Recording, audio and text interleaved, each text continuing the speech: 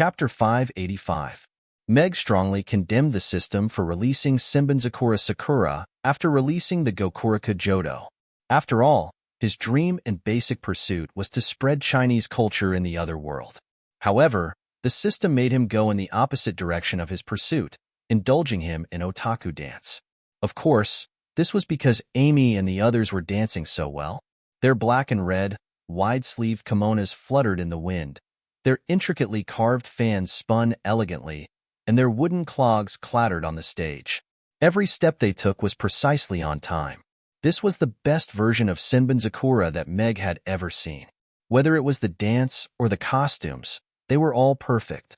Judging from the stage effect, the audience below the stage should have the same thoughts as him. Their moods had been completely ignited by the three girls. Looking at the confident and happy smile on Amy's face, Meg felt proud and gratified. That timid and self-abased little girl from back then had gradually started to gain confidence. Now that she had stepped onto the stage, she had become stronger, and her life had become so enjoyable. As long as she could continue like this, everything would be fine. Suddenly, Meg felt some gazes on him. Although he had begun to get used to the gazes and worship of others, these gazes gave him a different feeling. They were prying, and they made him feel uncomfortable. Meg calmly scanned the crowd, but did not find any suspicious targets. There were nearly 2,000 people present today, and it was obviously not easy to find a suspicious person among these people. Maybe I'm thinking too much? Meg thought to himself as he continued to admire Amy and the others dance. However, he still gave himself a reminder. Music and screams rang out across the entire Aiden Square, attracting the attention of many passers-by. Such a scene was very rare in the Aiden Square, and many passers-by were attracted to it. After the song of Shimbanzakura ended, Amy and the other two opened their fans and struck a pose. The audience immediately screamed and cheered loudly. Yabamiya's chest heaved up and down. She looked at the excited audience below the stage and listened to the waves of screams and cheers. A happy smile appeared on her face, and all her nervousness disappeared. Sally also had a smile on her face. Although there was a risk of being discovered during the performance, the feeling of dancing with Mia and Amy was something she did not want to miss. The cheers and applause were also a form of affirmation for them. Amy also had a happy smile on her face. It turned out that there were so many people who liked their dance. It felt really good. Meg watched from below the stage with a smile, letting them enjoy the applause and cheers that belonged to them. This was what they deserved. Only he knew how much effort and sweat they had put in for this performance. Perhaps they had practiced a single movement hundreds or thousands of times. The lights gradually dimmed, and the cheers from below the stage also gradually died down. When the lights came back on, Meg had already appeared at the center of the stage, and he smiled into the microphone as he said, "The dance was fantastic, and it was a perfect opening. I'm very proud of them." After watching the dance, the Mid-Autumn Festival Gala naturally has mooncakes. I made many mooncakes for everyone today, and everyone can come to the stage to receive them now. 2 for each person, including the children. I hope everyone can continue to maintain the tradition of lining up.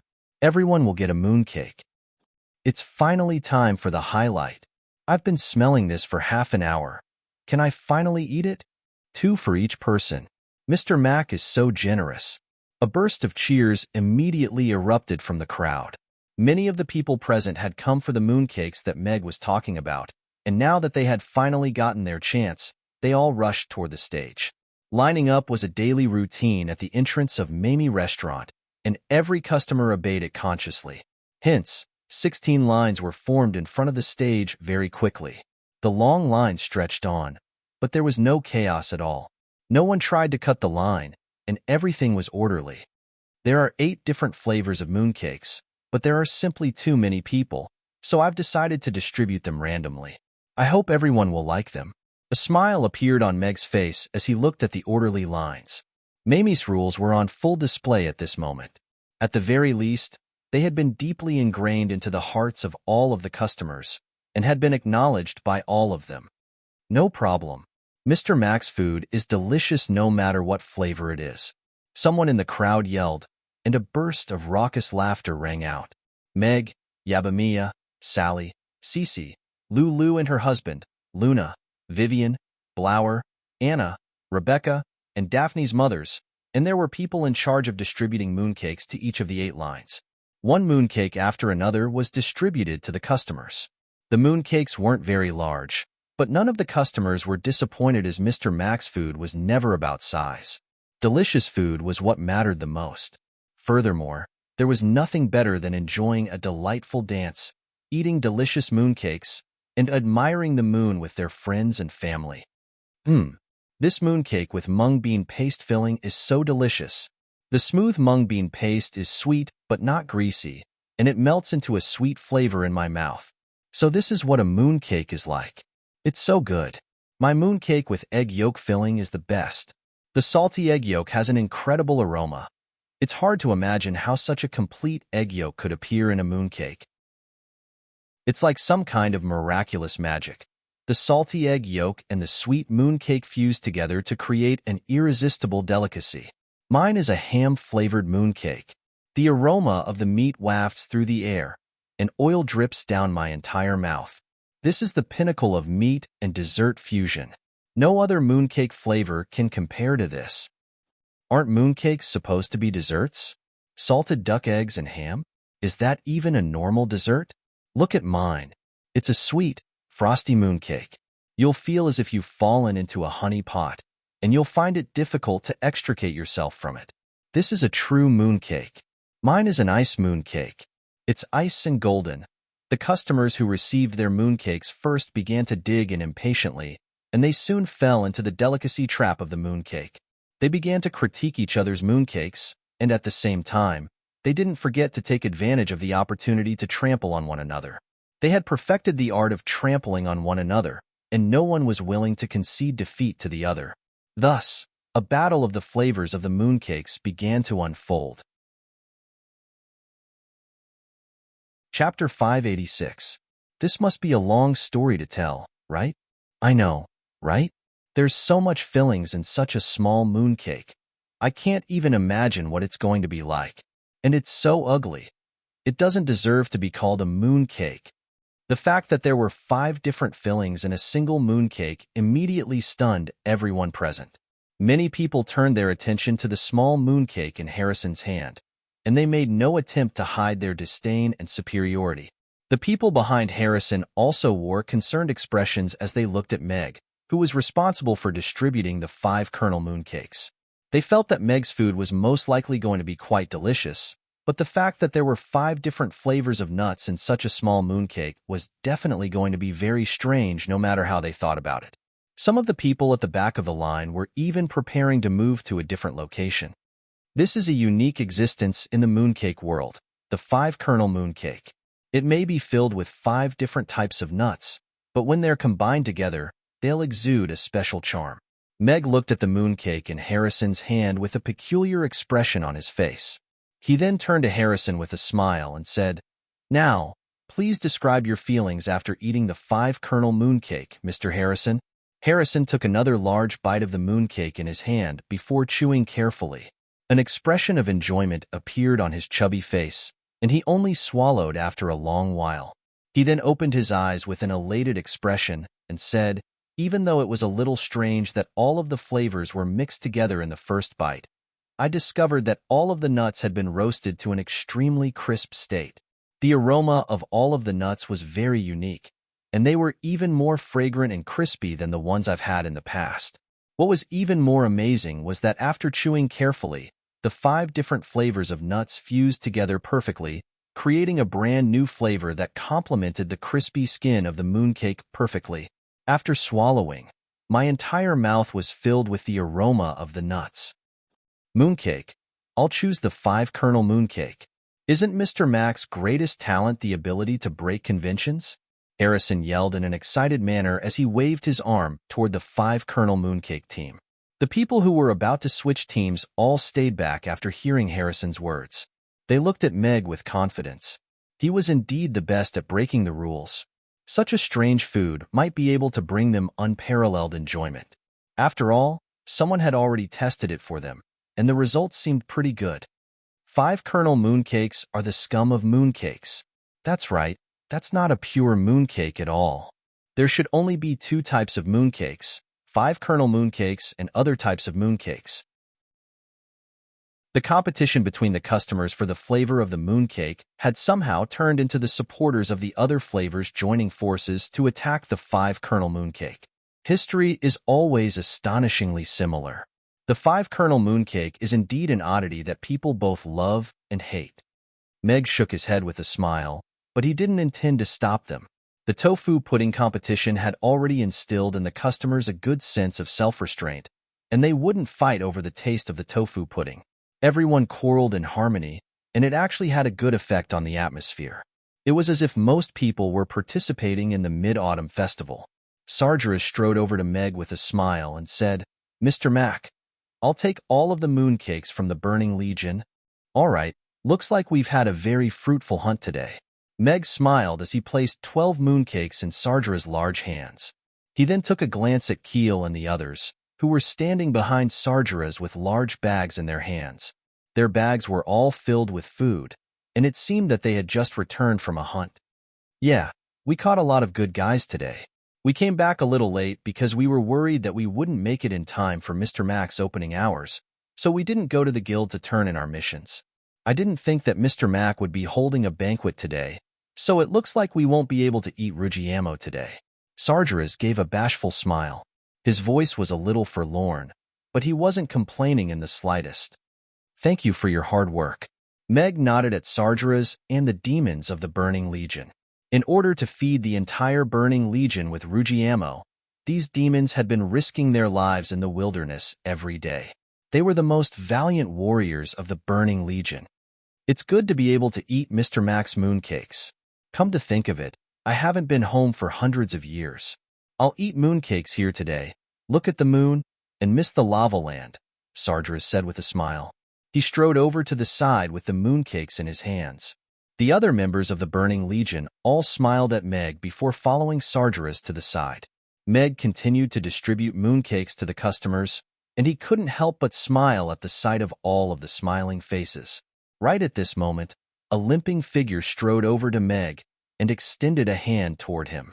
2 5-nut mooncakes. This was a pair of hands that were riddled with calluses. The calluses on the palms and the edges of the fingers had been formed from wielding a saber. Every saber wielder would have such calluses on their hands. Meg faltered slightly upon hearing this voice, and he looked up at the man standing before him. He had a square face with a scar running down the corner of his left eye, and he was also looking back at him. "It's him." Waves of shock surged through Meg's heart. This man held an extremely important place in Meg's memory. Following the incident over 3 years ago, it was also this man who had escorted him all the way from Rodu to Chaos City and had also bought this place for him. There was only one person on the Norland continent who knew about Meg Alex's whereabouts, and that was the man standing before him, Lewis North. "Please enjoy." Meg forcibly repressed his surging emotions and gently placed the 2 mooncakes into Lewis's hands with a smile. "I will." A smile also appeared on Lewis's face, and he accepted the mooncakes before limping toward the back of the line. A faint smile appeared on his face as he thought to himself, "It's him." A hint of sympathy welled up in Meg's heart as he looked at Lewis's departing figure. At the same time, he also began to raise his guard. He had sensed some gazes just then, and one of those gazes most likely belonged to Lewis. As for the others, he couldn't quite put his finger on them. If those people in Rodu suspected that he wasn't dead, then perhaps some of them would try to track him down through Lewis. In that case, he would be in an extremely perilous situation. Lewis was in contact with a 3-year-old half-elf father, and that was enough to make a lot of connections. Meg had initially thought that the situation was still under control, but in that instant, it seemed to have been pulled to the brink of collapse.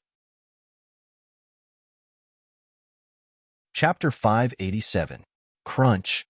Narsen took a bite out of the mooncake in his hand as he turned around.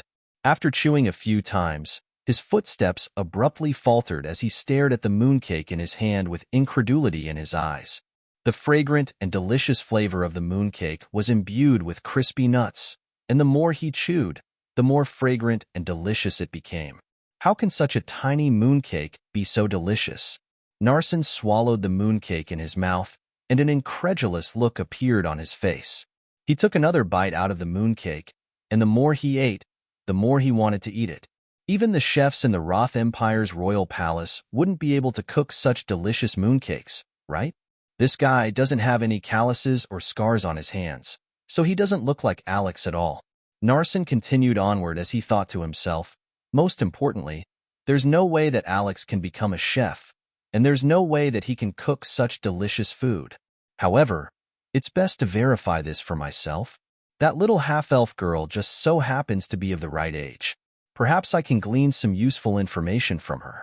Narsen turned to look at Amy, who was playing happily with a few other children on the stage, and nodded before disappearing into the darkness. After the mooncakes were distributed, everyone received 2 mooncakes each. Elated smiles appeared on everyone's faces as they enjoyed the mooncakes with their friends and family while admiring the moon. They had a completely new understanding of the Mid-Autumn Festival. However, the competition for the flavor of the mooncakes was also becoming more and more intense.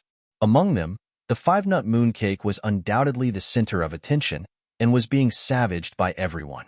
However, the loyal supporters of the 5-nut mooncake stood firm and refused to back down. They were determined to uphold the 5-nut mooncake even if they had to oppose the entire world. Meg looked at the remaining mooncakes in the basket, as well as the gift boxes that he had prepared in advance. He stepped onto the stage again with a smile and said into the microphone, "Everyone, please calm down. Are you all satisfied with today's mooncakes?" "We are. It's so delicious. It's just that there's a little too little of it. Mr. Mac, is this a new dish from the restaurant? Will we be able to eat it tomorrow?" "Yeah, I ate it too, and I still want more. The yolk mooncake is so delicious." There was a burst of response from the audience, and everyone's face showed a satisfied smile. It's good that everyone is satisfied. Mooncakes are not considered a new product of the restaurant. We only make them on the day of the Mid-Autumn Festival every year. After today, we'll have to wait for another year. Meg shook his head and listened to the sighs below the stage. He smiled and continued, "However, I have an opportunity for everyone. I have prepared some gift boxes of mooncakes. In addition to these mooncakes that have yet to be distributed, if anyone below the stage is willing to perform on stage, they will receive a gift box of mooncakes and 8 mooncakes of different flavors. You can bring them home and share them with your friends and family." As soon as Meg finished speaking, the eyes of the guests below the stage lit up. The temptation of a mooncake gift box and 8 different flavors of mooncakes was not small. However, performing on stage was a very unfamiliar thing for most people. The shame of having to perform in front of nearly 2,000 people was indescribable. Mon tossed the mooncake crumbs in his hand into his mouth and said to Sargeras, "Boss, these mooncakes are really delicious. How about we perform on stage and get some more mooncakes?" "That's right, I'm not full either. These mooncakes are so delicious. The more I eat, the hungrier I get." Keel nodded in agreement, and the other demons also nodded in agreement. They looked at the mooncake gift box in Meg's hand and swallowed their saliva. "What can we perform? I'm an expert in battle. You're making things difficult for me by asking me to dance on stage." Sargeras also swallowed nervously at the sight of the mooncake in Mag's hand, but he still shook his head in the end. "All right, I'll be the first one to jump." Well, all of the demons fell silent upon hearing that. They were willing to hunt or fight, but it was really difficult for them to dance on stage. Whether or not they could dance was one thing, but whether or not they would be laughed at by the audience below the stage was another. Seeing as no one wants to go on stage, then I'll have to embarrass myself. Crassus' voice sounded as he strode onto the stage with his staff. "Great magic caster Crassus. I've never seen a great magic caster perform before. I really didn't come here for nothing. But what is Master Crassus going to perform? Is he going to dance?" A commotion immediately erupted below the stage. No one thought that Crassus would be the first to take the stage, and everyone's anticipation was raised to an extremely high level. "Master Crassus? What is he doing here?"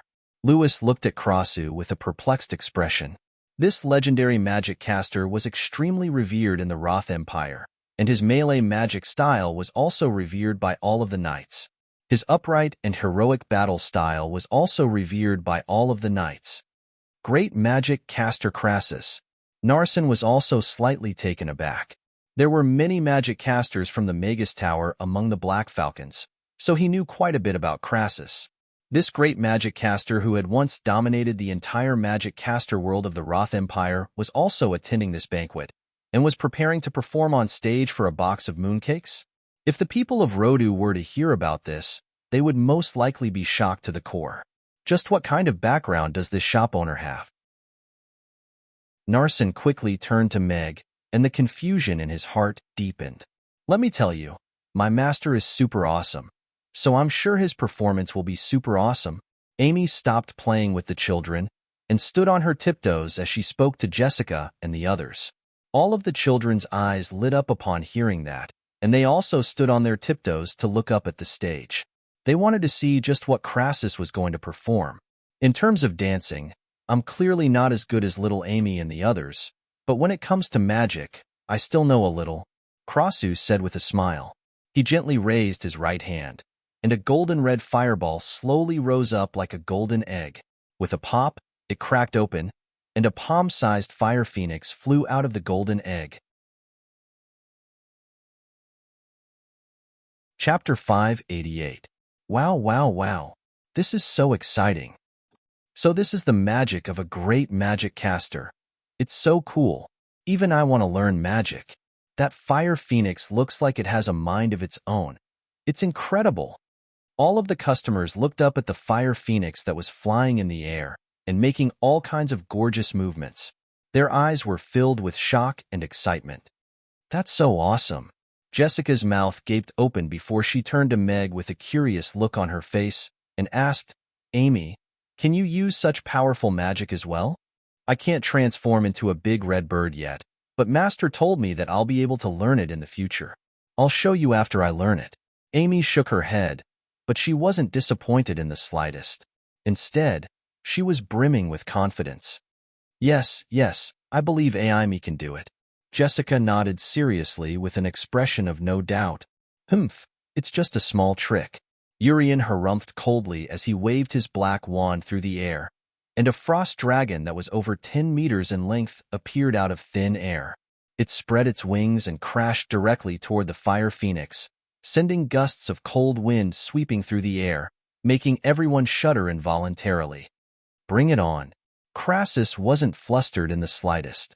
He waved his staff, and the 5-meter-long fire phoenix also swelled drastically to over 10 meters in length in the blink of an eye.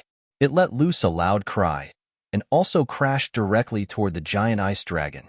The silver ice dragon and red phoenix clashed in the air several dozen meters in the air, and it was as if the sky had been split into two halves, with the red and the silver halves occupying one half each. All of the guests below the stage looked up with their mouths gaped open. This was a battle of the century between two great magic casters. Even in Chaos City, it was impossible to see something like this. Not far away, Branley and the people from the Grey Temple were also looking on with nervous expressions. The two of them had been at peace for a while, and they had thought that they would be able to enjoy a peaceful mid-autumn festival banquet. Who would have thought that they would clash again? They could only hope that they were just sparring and weren't planning to make a big deal out of this. Otherwise, no one would be able to control the situation. The ferocious Fire Phoenix and Frost Dragon were about to collide head-on, but at the last moment, they passed by each other. Their wings collided, and flames and frost burst forth, bringing about a brilliant light in the air. The sparks from this collision also opened the curtains to the real battle. The dragon and the phoenix danced together, crazily colliding in mid-air. Every collision brought about a gorgeous light. Their nimble bodies made all kinds of difficult movements in mid-air, deftly dodging each other's attacks. It was like a real battle between a real dragon and a real phoenix, making the people below nervous and excited. The Grand Mage's powerful control over magic was on full display at this moment. Crassus and Julian were indeed worthy of the title of the best fire and ice mages. Just a casual spell was enough to impress everyone present. Branley heaved a sigh of relief as he turned to Monkey, who was just about to mount his horse, and said, "Looks like this is only a sparring match. There's no need to call for reinforcements, Monkey." Meg also heaved a sigh of relief as he stood beside the stage.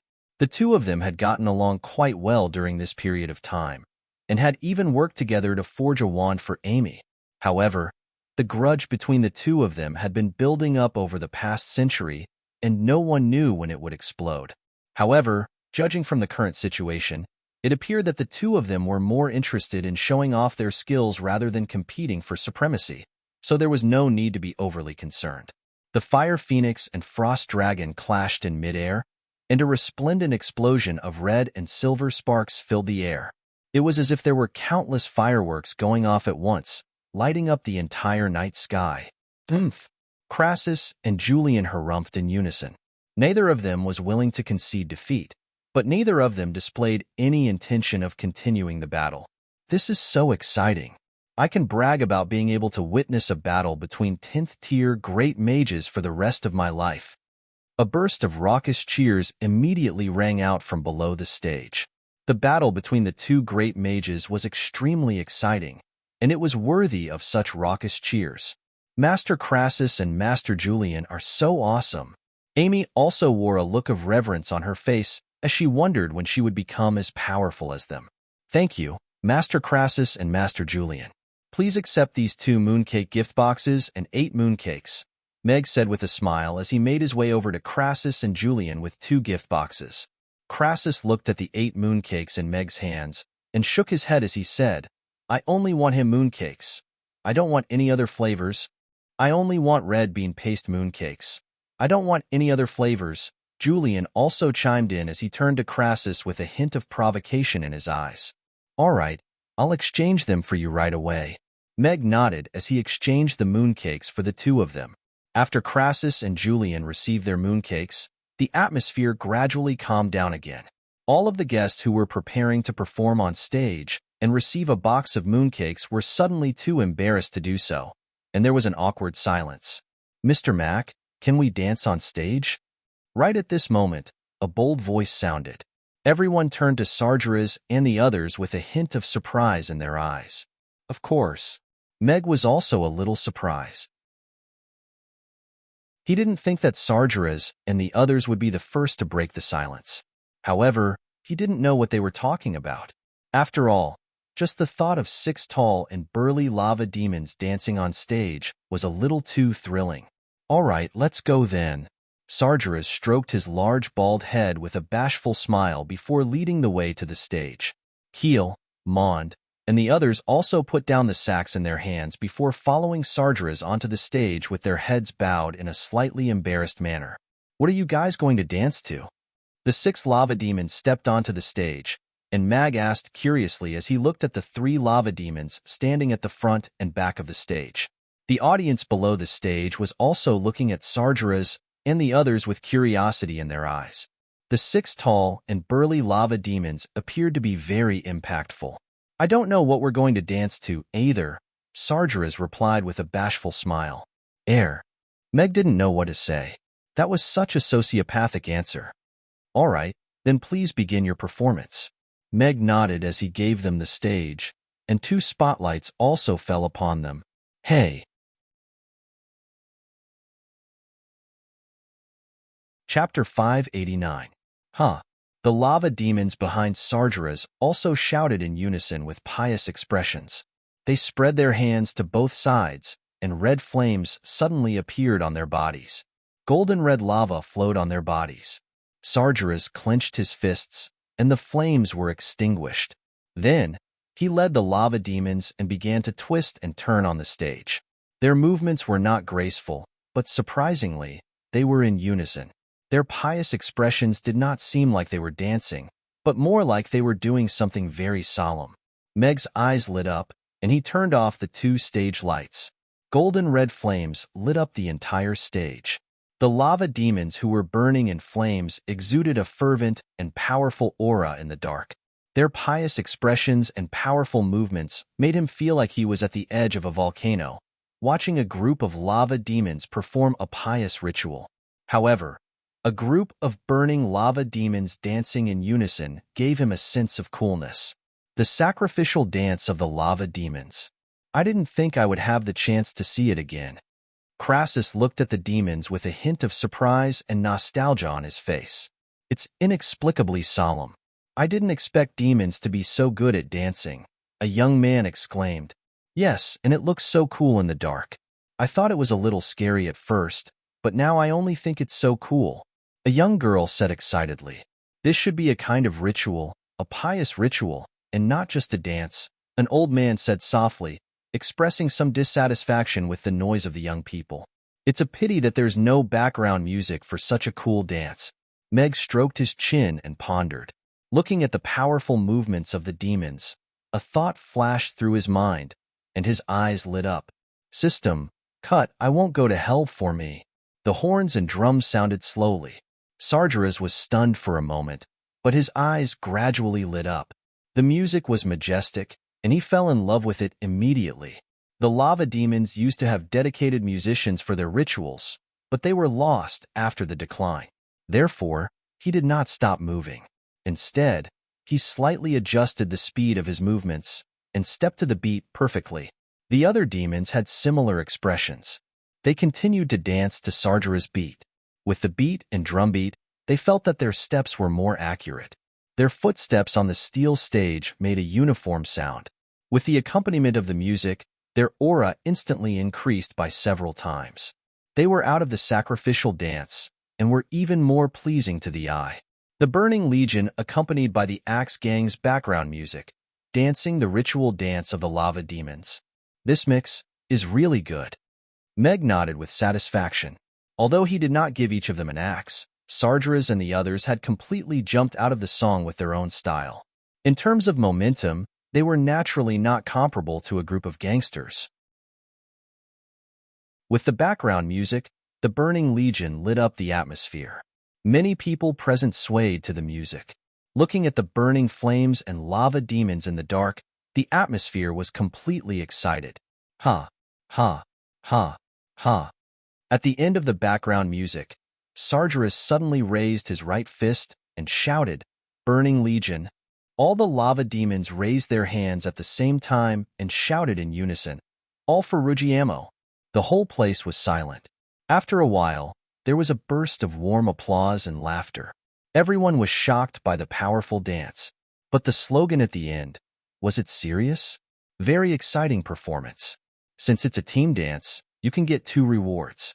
You can also choose the flavor of the mooncake. Meg also had a smile on his face. Although he had heard the slogan many times, every time he heard it from the Burning Legion, he could not help but want to laugh. He hoped that the heroes of Azeroth could rest in peace. Hee. Sargeras smiled sheepishly and rubbed his hands together embarrassedly. Heel and Mond had similar expressions. Mr. Mac, what's the name of the song you just played? It made my blood boil. It would be great if we could play such music during the Fire Festival. Our people would be very happy, Sargeras said as he looked at Sargeras. Sargeras turned to Mag with a concerned expression as he accepted the mooncake. All of the lava demons were also looking at Mag with concern in their eyes. It was the same sacrificial fire dance, but with the addition of music, the entire dance seemed to have gained a soul. This song is called, "I Won't Go to Hell." If you want to play this song during the Fire Festival, you can come and borrow my player. I'll set it to a loop for you, Meg said with a smile. He did not think that Sargeras and the lava demons would be interested in this song. All right, thank you, Mr. Mac. Sargeras nodded with a smile and returned to the back with the rest of the lava demons. With the Burning Legion's demonstration, the guests' interest was piqued again. Under the temptation of a gift box of mooncakes and 8 of their own choices, the guests began to perform all kinds of performances on stage. Some performed magic, some performed acrobatics, and there were even some who were showing off their love. Cece and Lulu walked off the stage with mooncake gift boxes in their hands with smiles on their faces, and a burst of boos rang out from below the stage to vent the anger of the single people. The gift boxes of mooncakes were quickly distributed, and the remaining mooncakes in the baskets were also distributed. The Ing girl group in Cheongsams ended the gala with a song of "Spring is Here." Everyone present gave them a warm and long-lasting applause. After Meg announced the end of the gala, everyone began to disperse. Everyone had elated smiles on their faces. Even though the performance was a little amateurish, the sense of participation was something that no other gala could achieve. The delicious mooncakes, the interesting performances, and the entertainment of inviting friends and family made for an interesting mid-autumn festival. Mother, Mother, is there going to be another mid-autumn festival tomorrow? A little boy held his mother's hand and looked up with anticipation in his eyes. The young woman stroked the little boy's head with a smile and said, Mr. Mack said that the Mid-Autumn Festival is only held once a year. The next one will be held next year. All right. The little boy was slightly disappointed, but his eyes soon lit up again, and he happily said, Then I'll wait for next year's Mid-Autumn Festival. I want to eat delicious mooncakes, and I want to perform on stage next year as well. The people next to him had kind smiles on their faces. How could their thoughts not be the same? Although today wasn't everyone's festival, the Mid-Autumn Festival had already been deeply engraved in everyone's heart. And with the delicious mooncakes, they couldn't help but look forward to next year's Mid-Autumn Festival. Chapter 590. Father, it's the Mid-Autumn Festival today, and the moon is the brightest and roundest.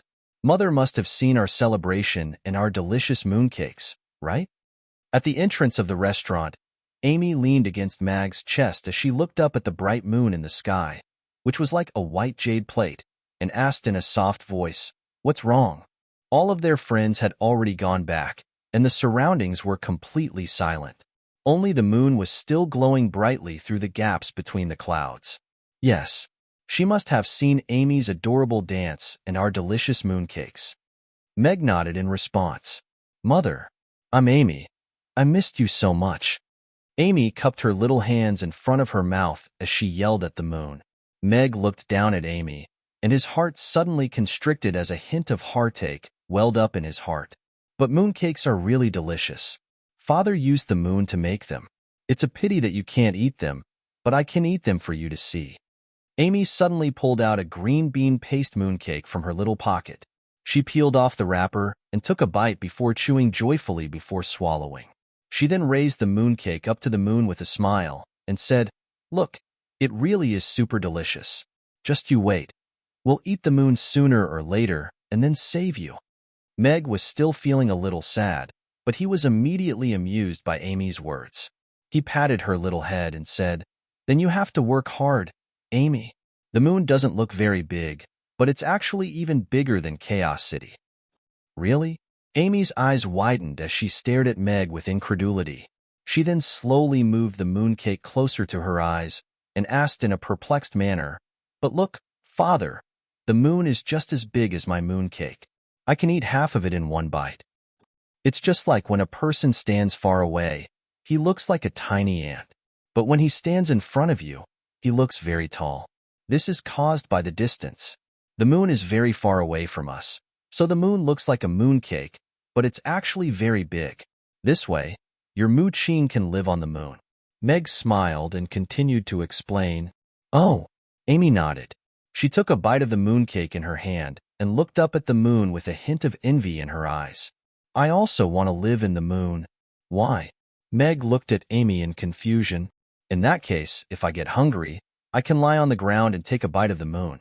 It must be super delicious, Amy said with anticipation as she looked at the moon. The image of Amy biting off half of the moon in one bite surfaced in Meg's mind, and he couldn't help but shake his head to rid himself of this strange image.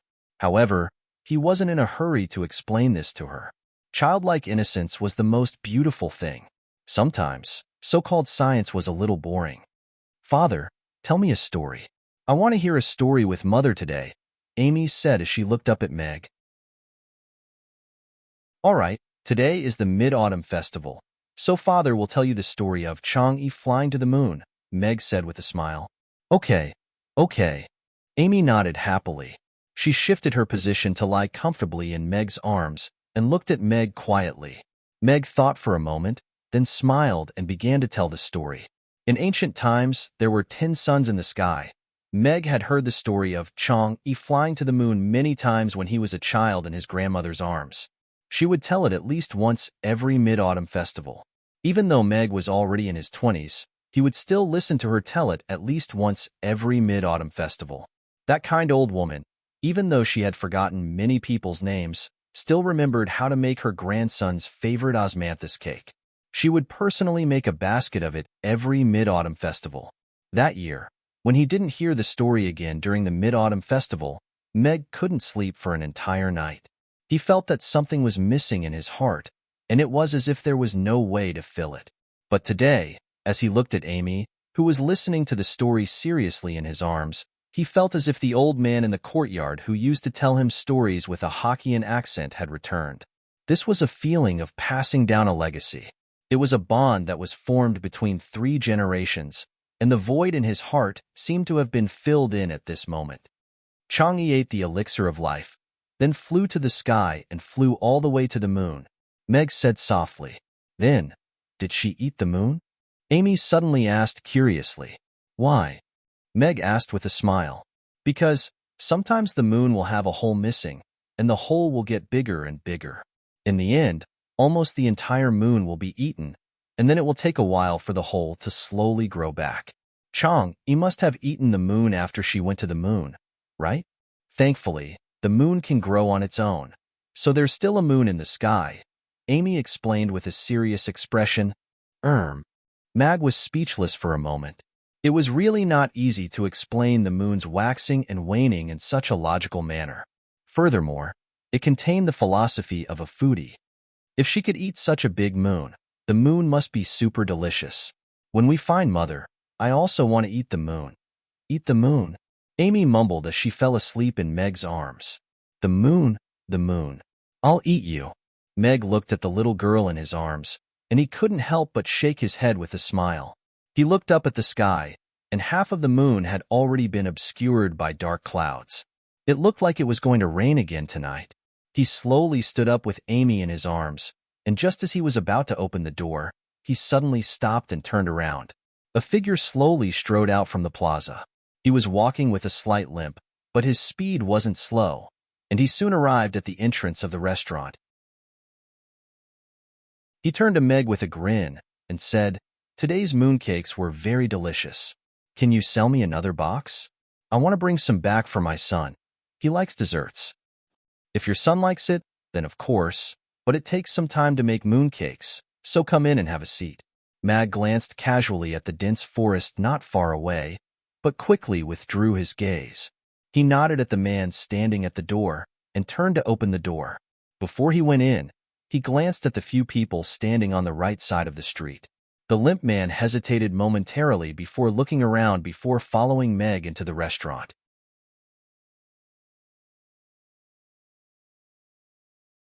Chapter 591. A muffled sound of thunder rang out, and the raindrops fell with pitter-patter sounds. Soon, the raindrops formed a line and splashed down. The pedestrians on the streets gradually quickened their pace, and most of them went to find a nearby shop to take shelter from the rain. This brought valuable customer flow to the shops that hadn't had many customers for the entire night. At this moment, Bertley was standing on a large tree in the plaza outside Amy's, and he was still standing in a completely still posture. Rain fell on his body as he stared intently at Amy's. The rain had soaked through the floor-to-ceiling crystal, and he was situated in a blind spot, so he couldn't see what was going on in the restaurant. After a brief hesitation, he slowly slid down the tree, crouching down as he moved slowly through the bushes. The sound of the rain falling on the tree leaves masked the faint sounds that he was making. As he approached Amy's, he began to feel a little nervous. This was the first time that he had felt this way ever since he had received the mission to spy on Lewis. Why did Lewis come here on his own after everyone else left? Did he really just want to buy a box of mooncakes for his child? Or is there some unspeakable secret between him and that man? Or perhaps it has something to do with that incident from 3 years ago. With that in mind, Bertley's breathing began to accelerate. He had been following Lewis for over 9 months, and he was very familiar with his habits and personality. His actions today were clearly a little out of the ordinary, and that made him think of more things. He didn't know much about the incident from 3 years ago, but he knew who Alex was and what kind of rewards he would receive if he could find and kill him. Those were rewards that he would never be able to attain in his entire life. This was something that the leader of the Cheetah Legion had told him in person prior to his departure. Of course, if he could bring this information back to the Cheetah Legion, he would also be rewarded handsomely. However, that reward paled in comparison to the reward of killing Alex.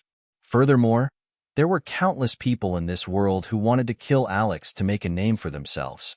He had once stood at the pinnacle of the Norland continent and was the #1 knight of the Roth Empire.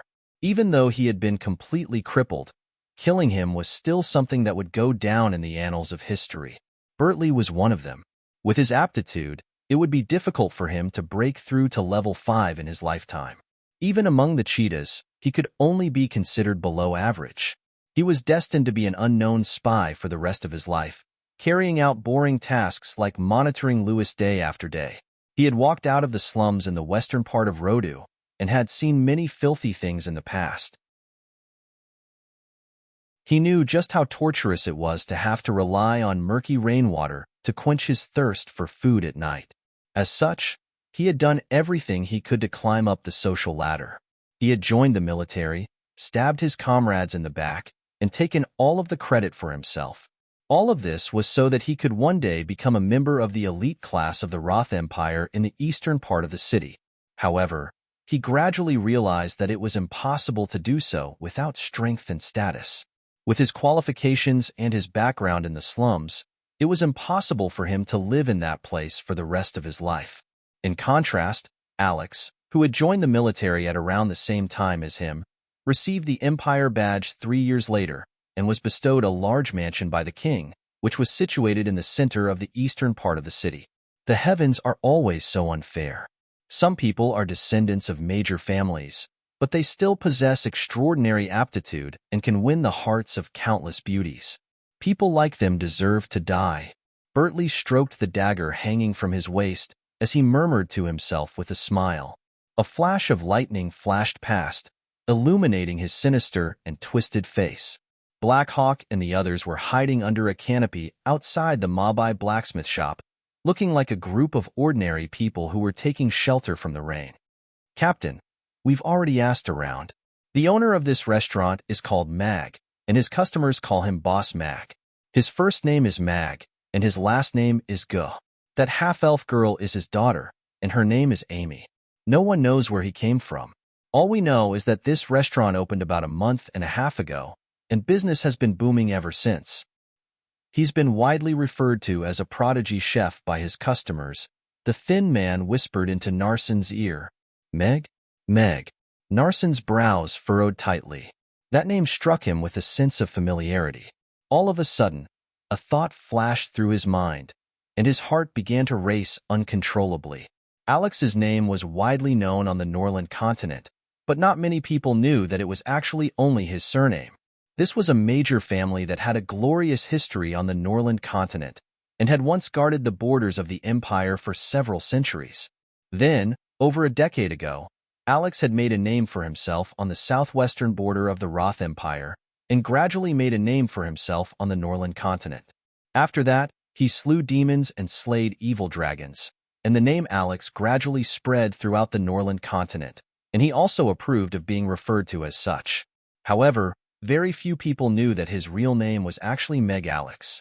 Narsen was aware of this as prior to leaving Rodu, he had carefully read through all of the information related to Alex and had committed most of it to memory. This was a habit of his, and also a basic requirement for a qualified member of the Black Falcons. A 3.5-year-old half-elf girl, a father and a daughter of unknown origins, and the same name. It was very difficult for such a coincidence to occur in the same person. Even though there were many unexplainable contradictions surrounding the owner of this restaurant, the information that he had obtained was enough for him to take a gamble. If the owner of this restaurant who could make such delicious mooncakes was really Alex, then he would be able to achieve a meteoric rise and become an honored guest of the second prince. If this guy wasn't Alex, then they had only killed a restaurant owner by mistake. They had many ways to escape from Chaos City, and there was no way that they would leave behind any evidence that pointed to the Black Falcons. Get ready to attack. Kill that restaurant owner, then capture that half-elf girl alive. Once we do that, we'll immediately split up and leave Chaos City, Narsen said in a serious voice. "Captain, is he really Alex?" The thin man stared at Narsen with incredulity and asked, "But how did Alex become a chef? How did he manage to open a restaurant in Chaos City? All of the other members of the Black Falcons also wore similar expressions. In particular, after tasting those delicious mooncakes, it was even more difficult for them to associate this man with the legendary Alex who had once slain dragons. This is an order, and all you have to do is carry it out. I'm the highest commander of the Black Falcons in Chaos City. A serious expression appeared on Narson's face as he raised a hand and said, "Disperse and surround the restaurant. After the people inside leave, we'll begin our operation." Yes. Everyone nodded in unison. In the restaurant, Lewis looked at Meg, who had come downstairs again, and an apologetic expression appeared on his face as he said, "Sorry, looks like my arrival has caused you some trouble. Don't worry about it. You're not good at concealment anyway, so you won't be able to sense that you're being followed." Meg shook his head with a smile as he placed the large wine barrel in his hand onto the table. He patted the barrel as he turned to Lewis with a smile and asked, "Want a drink first?"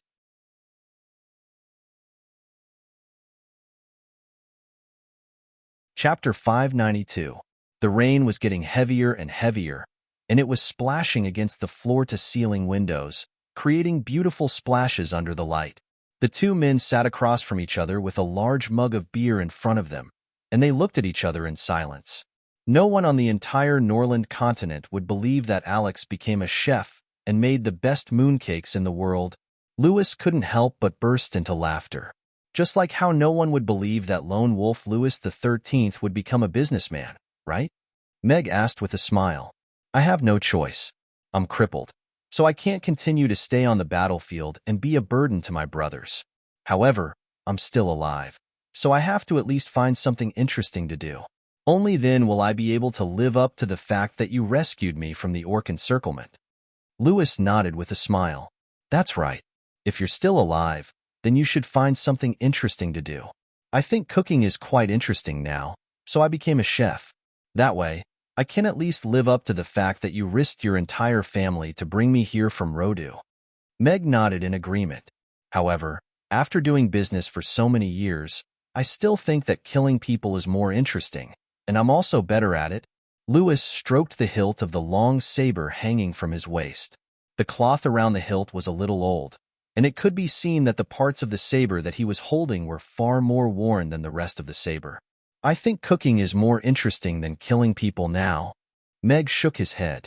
Lewis faltered slightly upon hearing this. He looked into Meg's eyes and found that they seemed to be a little different from before. There was a hint of sharpness in them and a hint of gentleness in them. "This little girl is very adorable. She's not like you at all." Lewis changed the topic very quickly with a smile. "What do you mean not like me? You didn't see me when I fell in love with her. Amy and I are cut from the same mold." Meg was getting a little flustered upon hearing this. He crossed his arms in front of his chest in an annoyed manner, but there was a smile on his face as he looked at Lewis. Lewis, also known as 13, was born into a wealthy aristocratic family. His father was also a playboy in his youth, and had given birth to 12 older brothers before Lewis was born. As such, Lewis was ranked 13th on the list, and thus received his nickname, Louis XIII. Even though he came from a wealthy merchant family, Lewis had no interest in doing business before the age of 26. Instead, he was more interested in practicing his saber skills, and he fled to the southwestern border at the age of 15, where he met Meg Alex, who had also just enlisted. These were Mag Alex's memories. Mag had thought that he would be able to analyze these memories like an outsider and use them to deal with the current situation. However, when Lewis sat across from him, and he looked back at Lewis in silence, he couldn't help but feel as if he were looking at an old friend. It was the kind of person that you could not contact for 3 years, but when you sat at the same table again and looked at each other, you could confidently tell yourself that the person opposite you was the one you could entrust your life to, the one you trusted the most. Meg looked at Lewis, and he had this feeling in his heart. This feeling made him feel a little uneasy, but it was more of a longing.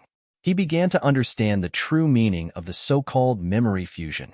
The memories left by Meg Alex in his mind were not just information, but the emotions contained in those memories also affected Meg to a certain extent.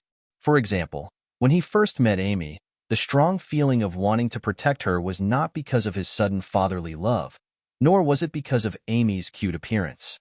More importantly, it was because of Meg Alex's strong and deep fatherly love after fusing with him. It gave him a strong feeling of being Amy's father, and he wanted to protect her forever. Meg wasn't opposed to this type of fusion as it would make it easier for him to integrate into this world. Furthermore, Meg Alex had only left behind some emotional inclinations, so they wouldn't affect his independent will. He could even reject these inclinations, and he would have the final say in this world. However, Meg chose to accept these inclinations as this man had risked his life to bring Meg Alex and Amy out of Rendezvous. He then found someone to treat his injuries and undergo plastic surgery before bringing them to Chaos City. Meg only had 2 or 3 old friends in his past life. Now, he was willing to add one more. There was no more reassuring friendship between men. Lewis looked at Meg and suddenly burst into laughter. "You're getting scarier and scarier when you laugh." Meg raised an eyebrow. "I think back to when we first joined the army. You were forced to meow 100 times as a punishment by the captain because you were trying to act cool and not say anything. 3 entire battalions of soldiers came to watch you. Thinking back now, you really were adorable back then." Lewis was laughing so hard that tears were flowing from his eyes. Meg's expression darkened upon hearing this. Even though he wasn't the one who had done that, it was still extremely embarrassing to hear about. When old friends were together, the scariest thing was to suddenly expose one another's past. Thankfully, Amy was already asleep. After laughing, Lewis picked up the large beer glass on the table and downed all of the beer in the glass in one gulp. He then slammed the glass onto the table with a loud thud and burped before giving Meg a thumbs up as he said, "That's some good beer. Want another?" Meg asked with a smile. "No, I'm drunk, and killing people isn't fun." Lewis shook his head as he stood up with his saber in hand. He turned to Meg with a smile and said, "Save the beer for me. If I don't make it back, you can drink it for me.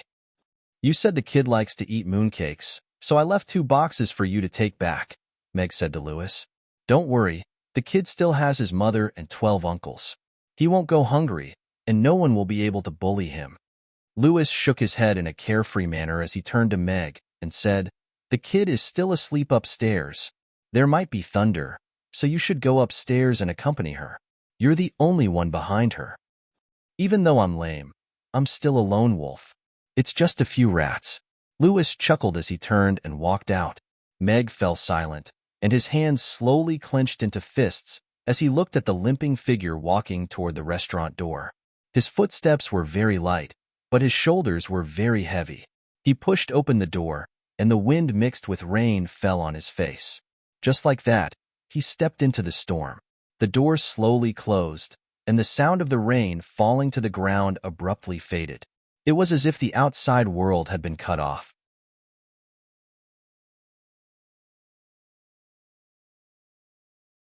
Chapter 593. Gusts of wind and rain swept toward them, and it was as if the rain were pouring down from the sky. A large black umbrella opened up with a bang, blocking all of the rainwater outside. Mag held the umbrella in one hand and his sword in the other. He narrowed his eyes as he looked at the figure limping toward the bushes outside the door in the torrential rain. Meg caught a glimpse of the 2 figures hiding outside the blacksmith shop in Mabai out of the corner of his eye, and he strode out of the restaurant. The wind and rain instantly drenched his pants and shoes, but his expression remained unchanged as he followed behind Lewis at an unhurried pace.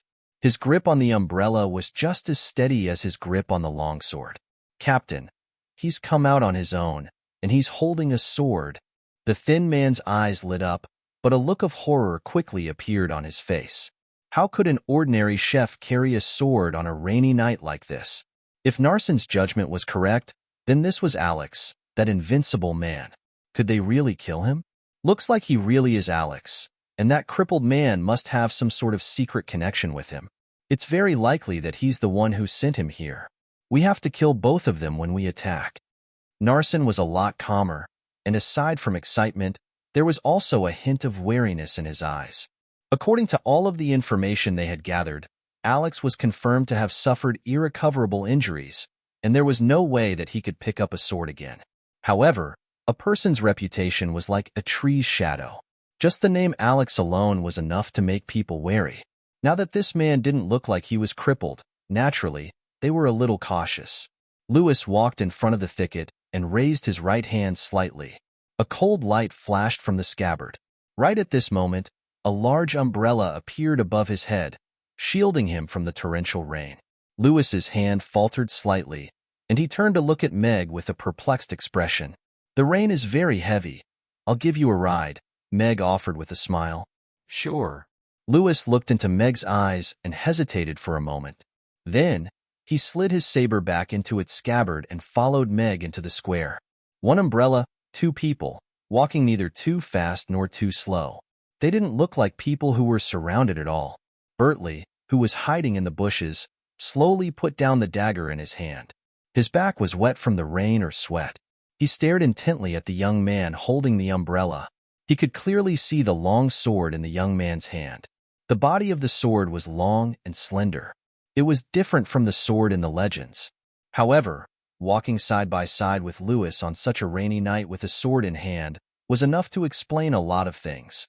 However, Bertley wasn't in a hurry to get up because he had just discovered a few of his peers. Their goal should be the same as his.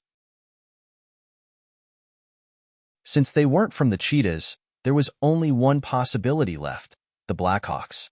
The cheetahs under the first prince's command and the Blackhawks under the second prince's command were set up to do things that weren't suitable to be done on the surface. The two of them were natural enemies, and they had clashed countless times in the past.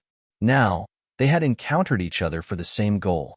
He was the only one from the cheetahs, while the Blackhawks had an entire team of 8. He wasn't stupid enough to jump out and take the lead. "Let's go." Narsen waved a hand and led the way into the rainy night. The 7 members of the Blackhawks also followed along in silence. They spread out and followed behind the 2 people holding the umbrella. The mantis stalks the cicada, unaware of the oriole behind it. "I hope Lewis and that guy who I don't know if he's Alex can kill a few more of the Blackhawks. Only then will I have a chance to kill them all." Bertley hid in the darkness for a while before following everyone into the depths of the Aiden Square. "You shouldn't have come. With your injuries, it'll be very difficult for you to kill anyone even if you can recover. Also, you'll be completely exposed," Lewis said in a soft voice. Lewis said softly. His voice was blocked by the falling rain outside the umbrella. There was a hint of worry in his eyes. "I find cooking more interesting now, but it's undeniable that killing people is my forte. As long as I can still hold a sword, I can kill people." A smile appeared on Meg's face as he glanced at the people following behind him out of the corner of his eye. He shook his head and said, "Some of them came here because of you, while others came to me of their own accord. If I can't kill them all before they spread the news, then my identity will be exposed. Hence, they have to die." "You've changed your sword." Lewis glanced at the long sword in Meg's hand. "This one is more suitable for me now. Besides, isn't my sword being kept in the royal palace as a souvenir?" Meg chuckled with a hint of mockery in his eyes. "How many people are there?" Lewis asked in a soft voice. 8 plus 1. I'll take care of those 8, and you kill the one who came here with you. Be quick. We lose if even one of them gets away." Meg searched for a suitable location in the darkness. He had no choice but to kill people in Chaos City. If he made any mistakes, he would have no choice but to flee with Amy again. "Did you meet the goddess? She helped you recover from your injuries and taught you how to cook?" Lewis looked at Meg with a skeptical expression. "I've only recovered a portion of my injuries. I'm around the 3rd tier, but killing people shouldn't be an issue." Meg shook his head. "All right, I'll kill that one, then help you." Lewis nodded. He had no objections to Meg's decision. Meg stood under a large tree with his umbrella. This was a small forest deep within the Aiden Square, and it was quite far away from the restaurant. No one would come here on a rainy night like this, and the sound of rain and thunder was enough to drown out all sounds. The large umbrella lowered slightly, and when it was raised again, Meg was the only one standing under the tree. Lewis had already disappeared. Within the inky black forest, the sound of raindrops falling onto the umbrella was like that of a drum being played in the rain. Narsen stopped in his tracks, and an almost inaudible whistle sounded. It sounded like the cry of an unknown insect, and all of the black falcons immediately stopped in their tracks. They looked at Meg with wary expressions, waiting for the signal to attack. Even though this man didn't resemble the man who had once dominated the entire Norland continent, they were still struck by a sense of immense pressure at the sight of him standing under the tree. Alex was an insurmountable obstacle for all knights on the Norland continent. He was also considered to be the pinnacle of human combat prowess. This was evidenced by the fact that close to 10 great magic casters, demons, and knights had been mobilized to kill him. "I don't care if you're Alex or not. You're going to die tonight." Narsen gripped the long sword hanging from his waist tightly as he looked at Meg standing under the tree. He let loose 2 urgent whistles from the small black whistle in his mouth, and drew his long sword before rushing soundlessly toward the tree like a wraith-like figure.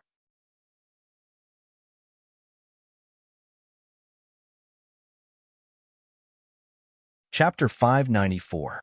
The rain seemed to have become even heavier. It rarely rained in Chaos City during autumn, let alone such a heavy downpour. This made the customers sitting in the shops waiting for the rain to stop even more worried. They didn't want to just sit there, so they could only ask the waiter to refill their teacups, cut some beef, and get a jug of wine. If they didn't want to go home in the rain, they had to pay some money. After all, in such a heavy downpour, they would get wet even if they held an umbrella. This made the shop owners beam with joy. Usually, they wouldn't have any business at this time of the year, but thanks to Mamie's, so many customers were attracted to the Mid-Autumn Festival party. Just one night of heavy rain, and they made a whole day's worth of money. If only Mamie's held such parties often. A fat shop owner stood at the door, chuckling as he looked at the heavy rain outside. Meg was standing under the tree at this moment, and he wasn't in the mood to hold another party. He was looking at the 6 figures rushing toward him from all directions with a grave expression. There was a light not far away, and that was a magic caster preparing to release a spell. Thankfully, it was only an elementary spell, which meant that the 2 magic casters weren't intermediate magic casters. This was somewhat good news for Meg. He was fighting against so many magic casters, and if there were powerful magic casters who could deal a fatal blow to him at any time, it would be terrible. A similar situation had occurred on that rainy night 3 years ago. The great magic casters had come together, the 10th tier knights had charged toward him with heavy cavalry, and the 10th tier demons had attacked him with all their might. The memory of that fierce battle was still engraved in Meg's mind to this day. Although there weren't any great magic casters, 10th tier knights, or 10th tier demons present today, he wasn't the same Meg Alex who could fly and slay dragons in the sky. His opponents had come prepared. There were 6 warriors and 2 long-range magic casters. This wasn't a combat squad that was commonly seen in the Empire's military, so they were most likely subordinates of the second prince. Judging from their speed, there were at least 2 4th-tier knights, and the rest were all at least 3rd tier. He had just recovered his 3rd-tier strength, and he had just practiced his swordsmanship in the test field for the god of cookery last night. He was holding the long sword that he had just exchanged from the system, which was most suitable for his current power level. Meg was standing on the brink of death again, and if he failed this time, no one would spare his life. Therefore, he could only risk his life. However, this time, he had his most trusted old friend by his side. The hand holding the umbrella suddenly loosened, and the black umbrella slowly fell to the ground like a rootless duckweed in the heavy rain. The figure that had been standing under the tree for a long time suddenly moved. Meg, who had one foot on the tree trunk, shot forward like an arrow to meet Narsen head-on. Meg's mind was filled with the countless combat experiences that Alex had left behind, as well as the solutions to different predicaments. Power alone wasn't enough to make him the number 1 knight on the Norland continent. Brains were more important. Otherwise, he would have already died when he was surrounded on the Dragon Island. However, after he killed the most powerful evil dragon despite the severe injuries he sustained, the encirclement was automatically disbanded. Not a single giant dragon dared to stop him as no one knew whether they would be the next to die. This team of 8 was very powerful. At the very least, it would be quite difficult for Meg to deal with them in his current state. In particular, the 2 third-tier magic casters were still charging up their power, and it would be quite difficult for him to defend himself against their third-tier spells. As such, if he wanted to break out of this predicament, then he had to kill their leader first. This was the law of the jungle that was applicable everywhere. Narsen looked on at the oncoming Meg, and his expression was also quite tense. His heart was thumping rapidly, and the hint of fear in his eyes gradually turned into madness. His longsword was trembling slightly, not from nervousness, but from excitement. Alex was indeed no longer the same Alex he had been in the past. Otherwise, he would have been sliced in half with just a single swing of his sword. However, he was now taking the initiative to attack Narsen. The number 1 knight was so proud that he refused to even accept a human's challenge, yet he was now attacking Narsen. Furthermore, his speed appeared to be only at the level of a second-tier knight.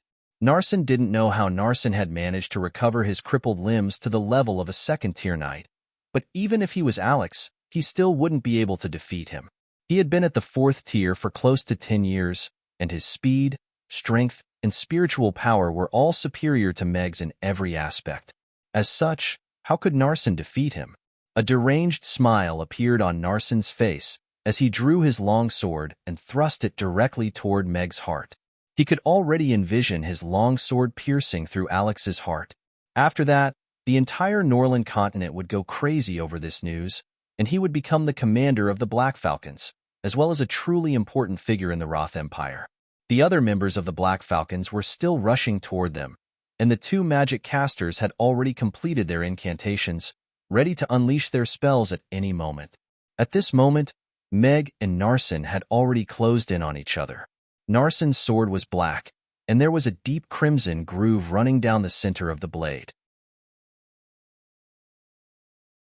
There was lethal poison smeared all over the blade, and even healing magic casters wouldn't be able to save him if he were to stab his opponent in the heart. Meg's sword was still in its scabbard, and as soon as he was within 2 swords of Narsen, his speed abruptly accelerated, and his long sword was silently drawn from its scabbard. Narsen's eyes widened upon seeing this. The spiritual power that he had injected into his long sword made it shimmer with golden light. This was his most powerful sword strike, and he had slain many 4th-tier opponents in the past. However, he couldn't help but feel a chill run down his spine at the sight of Tang Walin's seemingly nonchalant slash. Tang Walin's sword had been drawn very quickly, and it appeared to be very light and gentle, but it was even faster than his eyes could follow. It was so fast that he didn't even have time to react with his long sword. This was definitely not a sword strike that a second-tier knight could unleash. It was so fast that even a 4th-tier knight couldn't match it. Furthermore, the speed that Tang Walin had unleashed during that final step was also not something that a second-tier knight could achieve. This meant that Tang Walin had concealed his true power. Narsen's heart sank, but a crazed look appeared on his face. He injected all of his spiritual power into his sword. Even if Alex was concealing his true power, he most likely hadn't reached the 4th tier yet. Otherwise, he wouldn't have used such a method against him. Alex was invincible among his peers. This was something that everyone knew. Silver light flashed across Meg's long sword. It was a very faint light, and if one wasn't paying close attention, it would have been very difficult to detect. Clang! A crisp sound rang out as Tang Walin's sword clashed with Tang Walin's sword.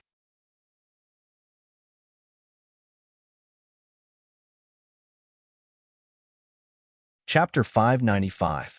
Narsen had seen many things. When he was 18 years old, he had received his military uniform from his father and become an honorary knight of the Empire. After that, his father had been beaten to death for standing up for a spoiled brat on the street. As an imperial knight, there was nothing he could do against those high and mighty nobles. That level of despair had struck him with a sense of asphyxiation, and he had even considered taking them down with him. After that, a nobleman helped him throw those nobles into prison, and the nobleman who had done the deed died in prison. After that, he became a member of the Black Falcons. There were many people like him in the Black Falcons.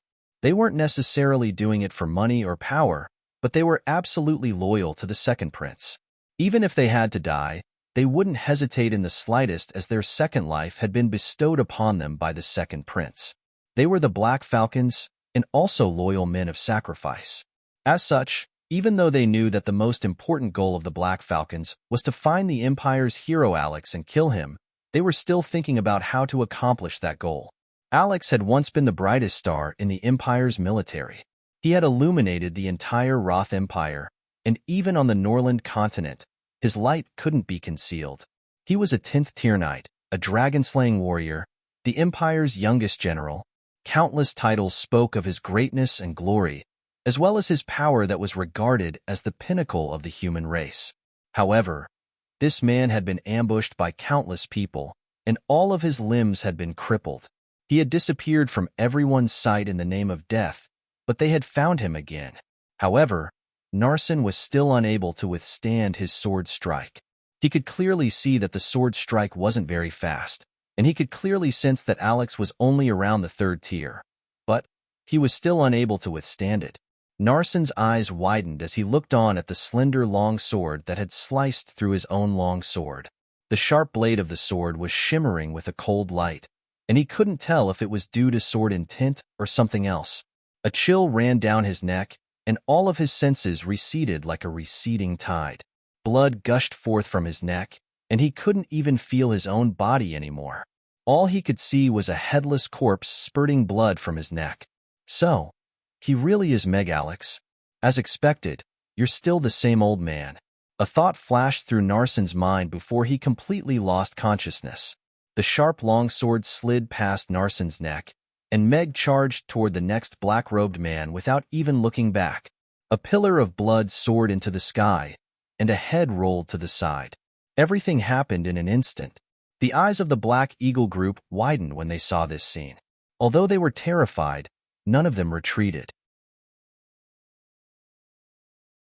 In fact, none of them even made the slightest sound. They held their weapons tightly and continued to charge toward Meg. Everyone could die, but the mission had to be completed. Otherwise, even if they returned alive, their fate would be worse than death. Although Narsen had been insta-killed, judging from Meg's attacks, it was clear that he hadn't recovered to the 4th rank yet. He must have been hiding his strength from the start, allowing Narsen to let down his guard before abruptly increasing his speed to land the killing blow. However, there were still 7 of them left. In terms of numbers and strength, there was no reason for them to flee. Moreover, if they succeeded in killing Alex, no matter who survived in the end, they would be able to obtain something that they would never be able to touch in their entire lives. This was undoubtedly extremely attractive to them. Violent Wind Blade. One of the magic casters pointed his wand at Meg, and a violent tornado appeared out of thin air. Green and yellow wind blades danced through the air like razor-sharp blades, sweeping up dirt, leaves, and gravel as they hurtled toward Meg. Scorching Flame Slash. Another magic caster yelled almost at the exact same moment. A crescent-shaped pillar of flames that was 3 to 4 meters in length rose into the air. It was as if a giant had slashed a flaming saber through the air, hurtling toward Meg at an even faster speed than the tornado, thereby blocking Meg's path of advancement. Howling winds and violent blades of flame hurtled toward Tangwilin, but the black-robed men were still charging toward him, and they had already surrounded him. Trees were uprooted by the fierce winds, and leaves that had been soaked by the rain were roasted yellow by the scorching flames. Waves of heat surged toward Tangwilin, and he could already see the cold gleam of the weapons in the hands of the black-robed men. Meg's expression was still as calm as ever. He glanced at the fierce winds and flaming blades that were hurtling toward him from the front and the side, and suddenly stepped on a large tree beside him. His body instantly changed directions, and he passed by 2 large trees that were thick enough for several people to encircle their arms around to encircle them. He then stabbed his sword into the heart of a skinny man who was stealthily charging toward him. A dagger pierced through Meg's sleeve, and a large gash was drawn downward. The tip of the dagger was smeared with black poison, and it was only a hair's breadth away from slicing through his arm. The scorching flame, slash, and the violent blades of wind collided behind Meg with a dull thud. The flames were torn apart by the fierce winds, and the violent tornado was also severed. Meg twisted his wrist, and the dagger that had pierced his heart was pulverized. He didn't stop in the slightest as he charged toward the 2 magic casters not far away. Stop him. The remaining fourth-tier vice-captain's expression changed drastically as he yelled. He had already figured out what Meg was planning. After the deaths of two of their comrades in quick succession, all of the Black Falcons were feeling quite distressed. On top of that, Meg had killed the most powerful member of their team, Narsen, before killing the weakest one, the Thin Man. This kind of random sequence of killings was extremely stressful, and they didn't know who would be the next to die. However, Meg's objective was very clear. He was targeting the two magic casters. If he were to get into close combat with these two magic casters, the consequences would be unimaginable. Furthermore, the two third-tier magic casters were extremely important to their battle team, so they definitely couldn't allow them to die. The two magic casters had also discovered Meg's objective, and in their panic, they didn't forget to slap a few disposable magic barriers onto their bodies. Light began to glow from their wands, and they were preparing to unleash an even more powerful spell. Seeing as Meg's target was clearly them, this was a massive crisis, but it was also their best opportunity. As long as they could hold on for a while, their remaining teammates would be able to tear him to shreds. The magic barriers on their bodies were custom-made by the magic casters in the Magus Tower, and they were powerful enough to withstand attacks from fifth-tier magic casters. As such, they were confident that they would be able to withstand Meg's attacks, even if it was just a single sword strike. The Black Falcons were also well aware of this, and they had already activated their spiritual power to its maximal extent in order to seize this brief window of opportunity.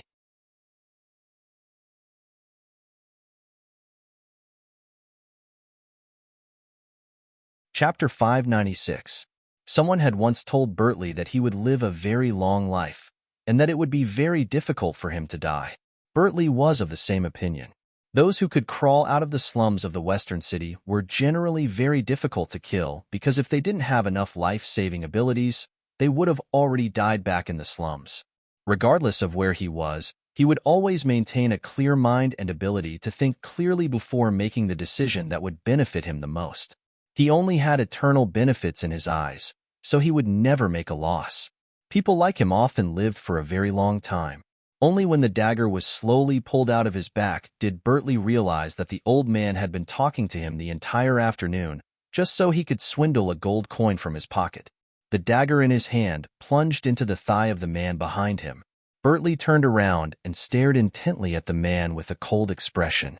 He had seen this face for several months, and it couldn't be more familiar.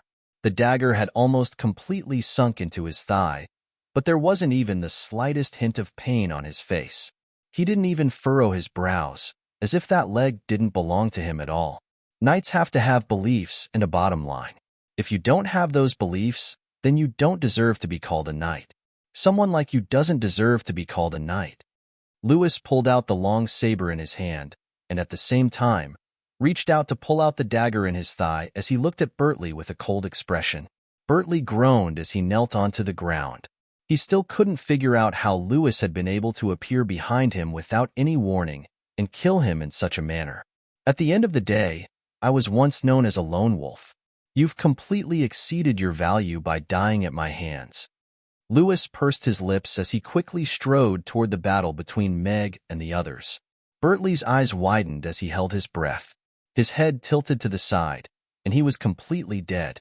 At the same time, Meg flicked his wrist and drew a circle with the tip of his sword. There was a faint light on the tip of the sword, and then it touched the magic barrier of the fire mage. It was as if a drop of water had been poured into a pot of boiling oil, and the golden magic barrier instantly began to bubble and boil.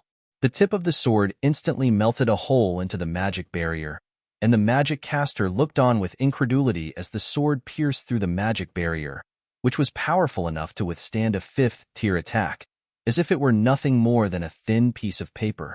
The sword then plunged into the neck of the magic caster, who was still holding onto his wand. Blood spurted out, but Meg's figure did not slow down at all. Just as easily, he pierced through the second magic shield and stabbed his long sword into the magician's heart. Aside from slaying dragons, Mag Alex's forte lay in slaying magic casters.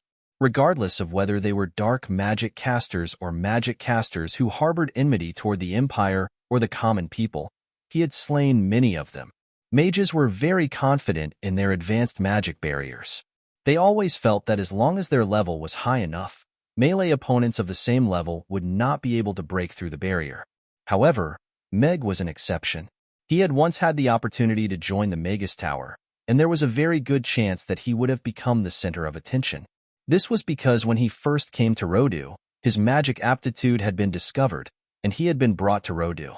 Several elders of the Magus Tower had fought to take him in as a disciple, but he had turned them all down in the end.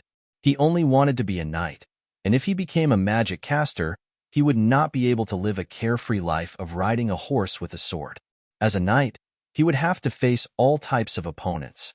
In particular, after becoming a border guard of the Empire, he would have to face all types of deadly dangers. Among them, magic casters who carried all types of advanced magic barriers with them were very difficult to deal with. If a magic caster of the same level had a more powerful advanced magic barrier, then the battle would become very troublesome. As such, Meg created his own sword technique, and after countless experiments, he was able to easily break through most advanced magic barriers. Not many people knew about this, as most of the people who knew about this were already dead. Meg pulled his long sword out of the chest of the second magic caster, and he was completely surrounded. For swords and sabers were almost all aimed at him at the same time, and they were all coming from different directions and angles in unison, sealing off all avenues of escape. With a flick of his sword, he first deflected the long sword that was aiming for his heart, and at the same time, cut off one of his fingers. The long sword was lifted up diagonally, cutting off the long saber that was furiously chopping down. Following that, his body suddenly fell backward. 3 small arrows brushed past his face, bringing about a gust of wind that almost made one's skin hurt. Taking advantage of the momentum, the long sword was sent into the lower abdomen of the last black-clothed fatty who was holding a short saber. In a short instant, Meg had evaded 4 lethal attacks and also severely wounded one of them. However, the danger wasn't over yet. A dagger pierced toward his lower back, and even though he twisted his body to evade, his clothes were still torn apart. 2 small flying daggers flew past his ears, severing a few strands of his hair. If he had tilted his head slightly slower, the flying daggers would have nailed him between his eyebrows. The magic caster who had his lower abdomen pierced endured the pain, and he had no intention of giving up just like that. He was still wielding his dagger as he charged toward Meg. His long sword danced in the darkness, and there were beads of sweat on Meg's forehead. His body had only just recovered to the 3rd level, and killing 4 magic casters in an extremely short period of time had almost completely exhausted all of his spiritual power. Every step he took now was like dancing on a tightrope, and he was surrounded by perils. If he wasn't careful, there was a very good chance that he would be the one to fall today. You guys always like to bully others with numbers, and that's despicable. But this time, I'm not late. Lewis appeared behind the fat man at an unknown time and said coldly. The long sword in his hand had already pierced through the fat man's lower back, connecting with the wound on his lower abdomen.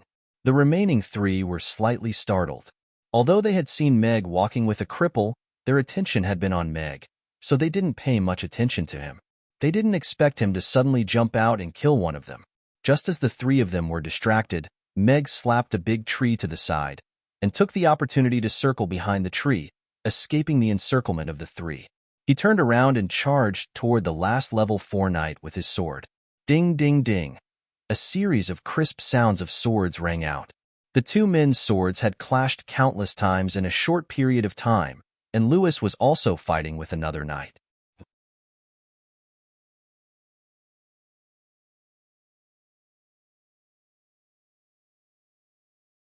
Chapter 597. You've never asked such boring questions in the past? Lewis glanced at the last assassin lying in a pool of blood before turning to Meg with a peculiar expression. Perhaps I've changed since I became a father. Meg shrugged as he sheathed his long sword. He tore off a strip of cloth to bandage the wound on his right arm, then glanced at Lewis's bleeding thigh. He tore off half of his shirt and tied it around his thigh. That's true. You're always full of ideas. Lewis nodded in agreement. He didn't even furrow his brows as he was bandaging his wound. The rain was still pouring down, drowning out all sounds. The traces and bloodstains left behind by the battle were quickly washed away. Meg bandaged Lewis's wound in a simple manner before standing up. The two of them looked at each other and smiled at the same time. Their clothes were in tatters, their bodies had sustained injuries of varying degrees, and their wet hair was plastered to their scalps. The two of them appeared to be in a very sorry state. Only the two of them knew just how dangerous the battle had been. If their teamwork had been slightly off, they would have been the ones lying on the ground right now. Or if one of the 9 assassins had managed to escape, the outcome would have been equally unimaginable. Meg's chest rose and fell violently as a deep sense of fatigue spread through every muscle in his body. He had killed 6 assassins in less than 3 minutes, and he had already unleashed Alex's swordsmanship to the extreme in his current physical condition. After all, there were 2 4th-tier swordsmen and 2 3rd-tier magic casters among them. Any 3rd-tier knight would have definitely been unable to complete such a mission. Of course, Lewis had also played an extremely important role in this. He had single-handedly killed the hidden assassin and then helped him kill the last 2. "You didn't have to take such a risk," Lewis said to Meg as he sheathed his long sword. "Shouldn't I have said the same thing to you 3 years ago?" Meg countered with a question of his own. This guy also had a son who was waiting for him at home. "Your throat was slit 3 years ago. That's why you didn't say a word along the way." Lewis shook his head. "But you have to admit that I'm better at killing people," Meg said with a smile. "I'm a proper merchant now. It's normal that I'm not good at killing people," Lewis said matter-of-factly. "Right now, we need to take care of this place so that Joshua and Sean's men won't be able to find us so quickly," said Meg as he looked at the scattered corpses. "I'm good at this." Lewis rummaged through his clothes and pulled out a small ceramic bottle. He used his hand to block the rain, opened the bottle cap, and shook it on the corpse. A bit of yellowish-brown powder fell on the corpse, and as soon as it came into contact with the blood, a green flame burst out. In the blink of an eye, the corpse was burned to ashes. Washed away by the rain, there was no trace of it left on the ground. A proper merchant wouldn't carry something like this with him. You're not robbing people and burning corpses while you're doing business, are you? Mag pinched his nose and took a couple of steps back. This corpse incineration powder was not a very common magic powder, but it was indeed the most useful in destroying corpses. On a rainy night like this, even if someone could tell that a fierce battle had taken place here, no one would be able to find anything related to the corpses. It's not easy to be a merchant these days, so I have to carry some self-defense items with me. Lewis slowly dragged his injured leg toward the second corpse. Following the same pattern, the 9 corpses quickly disappeared. The blood had been washed away by the pouring rain, and it was very difficult to erase the traces left behind by a battle without a professional magic caster. However, no one would notice the battle that had taken place here on a rainy night like this. Perhaps someone would notice it the next day, and the people of the Grey Temple would come to investigate, but no one would link this battle to Amy's and Meg's deaths. "Let's go back. I'll bandage your wounds again. It won't look good if you can't walk with your legs." Mag erased all of the possible evidence that could lead people to the same conclusion. He made his way over to Lewis and carried him on his back before walking toward Mamie Restaurant. Lewis didn't refuse Meg's offer, and he asked in a perplexed manner, "Was Sean involved in what happened back then?" Meg shook his head and replied, "I'm not sure if he was involved back then, but seeing as he sent someone to follow you, it means that he wants to be involved now. He doesn't want me to appear again and disrupt the competition between him and Josh. But if Josh was the mastermind behind what happened back then, and he didn't participate, why would he be worried about you appearing again? In any case, you're not going to side with Josh, so that should be good news for him." Lewis was still perplexed. "Because Sean knows that I won't side with him, either." From the moment he revealed that he wanted to instigate a second racial war, it was already destined that he and I were on the same side, Meg said with a hint of mockery. "My wish is world peace." TSK. Who were the 2 people who stirred up so much chaos in the world back then? Lewis clicked his tongue. After a while, a serious expression appeared on his face as he said, "You can't choose Josh, and you can't choose Sean, So who are you going to choose? The third prince who's obsessed with being a carpenter? I don't think that's a choice I have to make, right? I'm no longer Alex. I'm just the boss of Amy's in Chaos City. Besides, if I really have to choose, don't you think that Carpenter Prince is more pleasing to the eye? Meg asked with a smile. Lewis faltered slightly before nodding in response.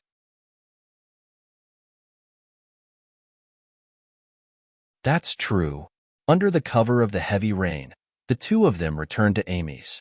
The blinds on the floor-to-ceiling windows were drawn down, and Meg asked the system to get him a professional-grade first aid kit. After treating Lewis's wound, he sutured the gash on his thigh before bandaging it. In the magical world, a surgical procedure like this wasn't very advanced. However, as long as his bones and arteries weren't damaged, the wound would heal very quickly, and it wouldn't affect his normal movements. Who would have thought that not only did you learn how to cook, but you've also learned how to treat wounds? I'm very curious about what happened to you during the past 3 years. Lewis could feel a slight numbness in his thigh, and the pain from his wound had been significantly alleviated. He turned to Meg with a curious look in his eyes. That's a secret. Meg smiled and didn't say anything. He poured himself a glass of beer and took a big gulp before heaving a satisfied sigh.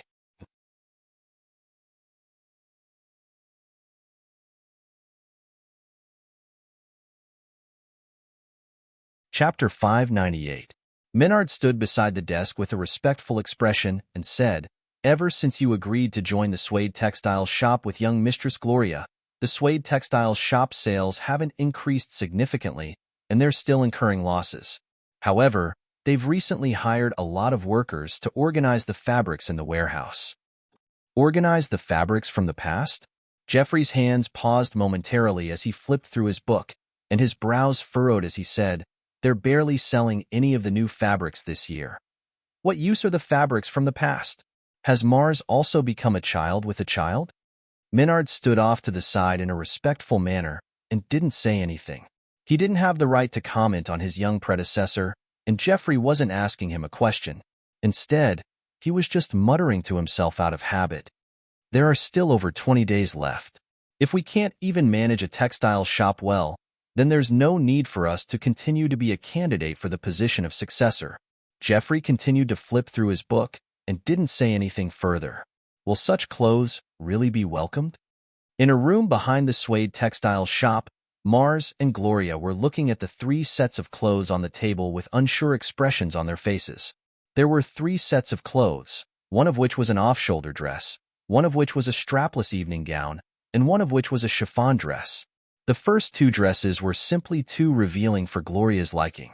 In the past, she had almost completely covered herself in a black cloak, so it was already a huge breakthrough for her to be able to wear a dress that exposed her forearms. It was simply unimaginable that her shoulders, collarbones, and even a large portion of her back would be exposed. Furthermore, all of the other young mistresses in Chaos City would most likely find it difficult to accept such a bold dress. However, that strapless evening gown was simply too extravagant. The chiffon dress underneath was both hazy and sexy, and if she were to wear it, she would definitely become the center of attention on the dance floor. But these 2 dresses are really beautiful. If I wear them and admire them myself, or only let him admire them, they should be very beautiful. Gloria thought to herself as a faint blush appeared on her face. Her eyes fell on the last dress. This dress was relatively conservative. It had a loose style with half sleeves and beautiful embroidery at the collar. There was also a light golden chrysanthemum embroidered on the left side of the chest. It was like a finishing touch, making it hard for people to look away. The style was not much different from the commonly seen dresses on the market, but the details on the upper body made this dress stand out from the rest. The third item shouldn't be a problem. As long as we advertise it well, we should be able to sell a lot of them. As for the first and second items, I suggest that you discuss it with Mr. Meg and make some minor changes. Once we start mass production, we won't be able to go back on our word. We only have 20 days left, and 3 sets of clothes is our limit. Mars looked at Gloria with a serious expression. Gloria thought to herself for a moment before nodding and said, "All right, I'll make a trip to Mamie's tomorrow morning." Mars, Tell them to find the best tailor right now to start making the third dress. Make sure to make an identical dress according to the size. By the way, the tailor doesn't have to be the most renowned, but the craftsmanship has to be the best. They have to be able to make the most perfect dress according to the blueprint, and don't make any changes, Gloria added. All right, I'll get it done right away. Marzo nodded and turned to walk out of the room. The corners of his mouth curled up slightly as he thought to himself, this little girl really can't be underestimated. As long as this plan succeeds, no one will be able to doubt her position as the successor candidate. Can I trouble you to take this drunk customer back to the inn? Make sure to give him a hand on the way up. His legs aren't very nimble. Outside the restaurant, Meg had changed into a set of clean clothes and helped Louis onto a horse-drawn carriage. He placed a large box of mooncakes into the carriage as he spoke to the driver with a smile. I'm not drunk. I can still drink. Louis slurred as he shot a glance at Meg. All right, don't worry. I'll take him up to the inn. The driver nodded with an enlightened expression. He wasn't planning to go out in such a heavy rain, but this drunk man had paid him quite a hefty sum, so he decided to make the trip in the rain. However, this man really did appear to be very drunk. Meg looked on as the horse-drawn carriage disappeared into the rain. Following the events that had transpired that night, his peaceful life had also taken a turn for the worse. Josh and Sean had been hunting him relentlessly for the past 3 years, and Louis's appearance today was only the beginning. Thankfully, things were still under control. Even though he had left no traces behind, it was enough for Josh and Sean to ascertain that he was in Chaos City, and that wasn't good news for him. Just a small team had almost taken him down tonight. If more powerful opponents were to appear, he might not be as lucky as he was today. It was very important for him to become more powerful, but even if he were to return to his peak, he would most likely end up being hunted down again 3 years ago. As such, he had to give himself more bargaining chips in addition to his own powers so that he could challenge Josh and Sean in a direct confrontation. At the very least, he wouldn't have to fight to the death on his own like he did 3 years ago. Meg wasn't Alex, after all. Compared to Battle, he was more like a businessman. He knew exactly what to do at the right time in order to maximize his benefits. Money isn't everything, but it can make countless powerful beings work for you. As such, making a lot of money is very important. Meg thought to himself. The Buffett family had never produced any powerful beings, but there weren't many people on the Norland continent who dared to mess with them as all of the rulers of the various races were on their side. Even now, no one knew just how many powerful beings were hiding in that mysterious manor. Looks like it's time to contact the City Lord's castle and young Mistress Hill. I can become the richest man in the world if I buy clothes, but it's still energy that has the final say. Meg turned and entered the restaurant before locking the door. After looking at Amy's adorable sleeping face for a long time, Meg slowly leaned over and kissed her on the forehead. The wound on his left arm was throbbing with pain, and his brows furrowed slightly as he made his way back to his bed.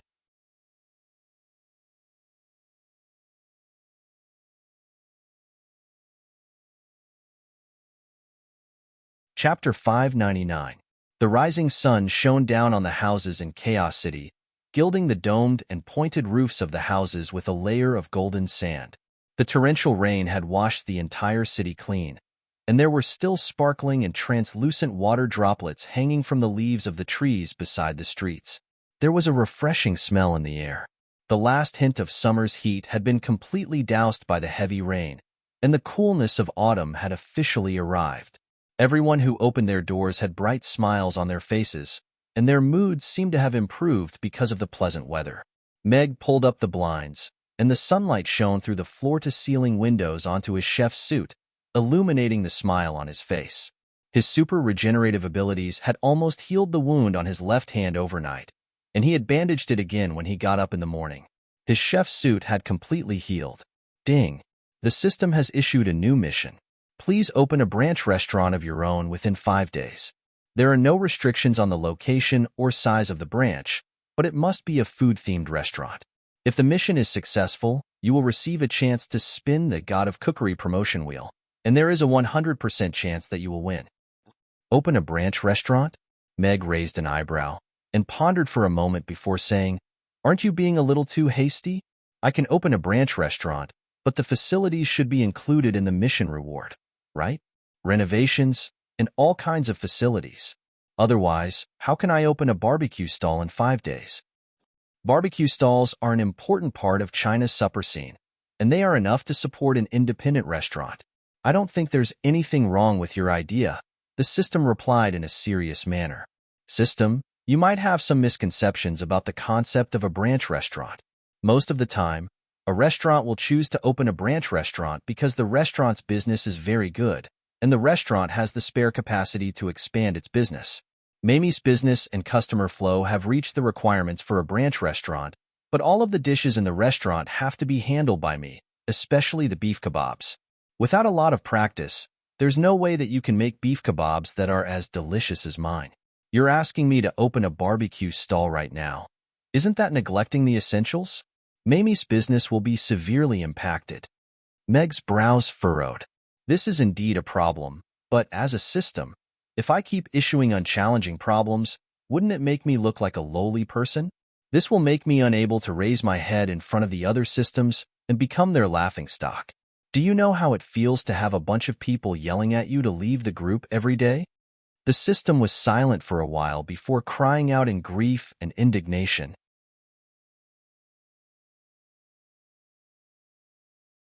"Although I do sympathize with you, I'm sorry. This is not within the scope of what I need to know. Acting tough is something that emanates from the inside out.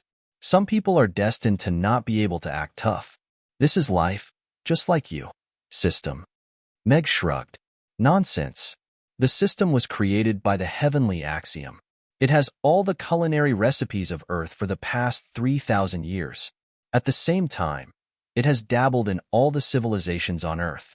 It has extremely high attainments in science, history, mathematics, physics, and so on. The system can create everything independently. Such an omnipotent culinary system, why isn't it awesome? Which of those systems that rely on talent dare to say that they are better than me?" The system said unhappily. "System, how much are the lollipops?" Meg suddenly asked. 0. 5 copper coins for one. Starting from 2. Buy 10, and you get 2 free. The system replied naturally. "See, this is the difference between you and other systems." Meg rolled his eyes and said, "I've never seen a system that sells lollipops." The system fell into an awkward silence. "Okay, now let's talk about the renovation. I can provide the storefront myself, but due to the tedious and inefficient renovation in the other world, it will lower the restaurant status. Therefore, you have to provide the renovation, and I will pay for it." Meg broke the silence. "How much budget does the host have?" The system immediately asked.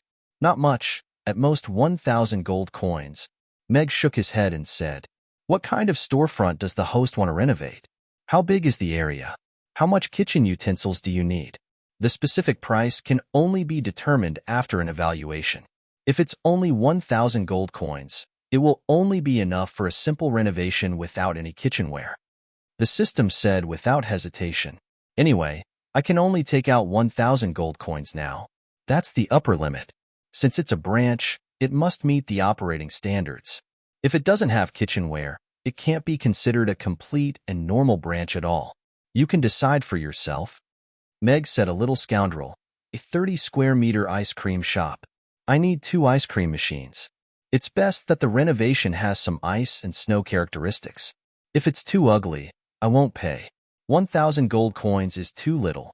How about a little more?" The system said with some hesitation, "Don't think I don't know the market price. Mobai only spent less than 1,000 gold coins to rebuild the shop. Now, we're only renovating a small 30-square-meter ice cream shop, so 1,000 gold coins is more than enough for us to hire dwarven craftsmen.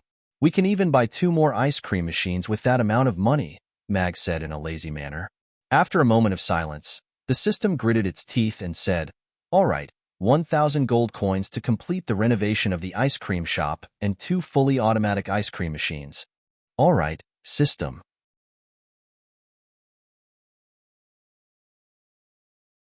Aside from the renovation, I also want to talk to you about the ice cream set. Although 4 flavors of ice cream are already quite rich, a themed dessert shop that specializes in ice cream with only 4 flavors seems a little too monotonous. So, I was wondering if you could open up the recipe for the other flavors of the ice cream set to me? Meg continued with a serious expression. The system can open up the recipe for the remaining ice cream set to the prize wheel. You will have a chance of receiving it after completing the mission, the system said. All right. Meg nodded and turned to the kitchen. He began to prepare the ingredients needed for the morning's opening. Host, do you still want lollipops? Buy 10 lollipops and get 2 free. It's a profit, the system said in a weak voice. Piss off. Meg raised an eyebrow. In any case, the system would never be able to act cool in this lifetime.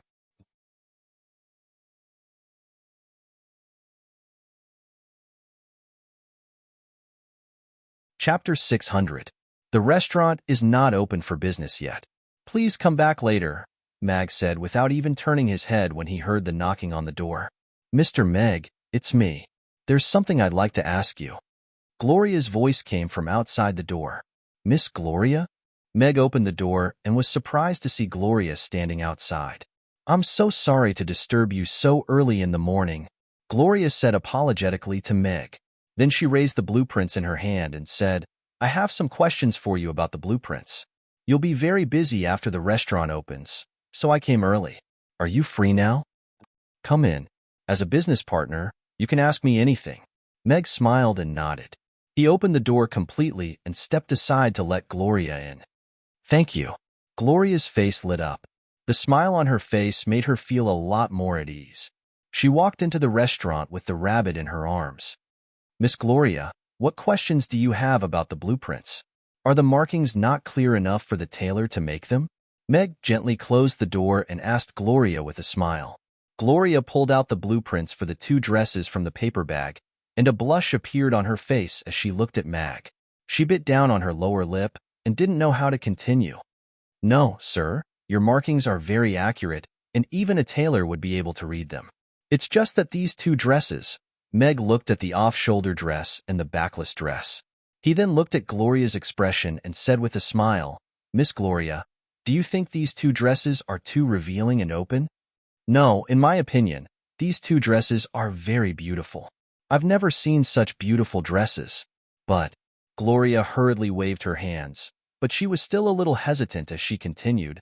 For most women, these 2 dresses would be quite difficult to wear, so there could be some problems with sales. Furthermore, we only have 20 days left before the deadline, so these 3 dresses are our only chance. So you came here today to ask me to modify the blueprints and make these 2 dresses look normal? Meg looked into Gloria's eyes with a calm expression.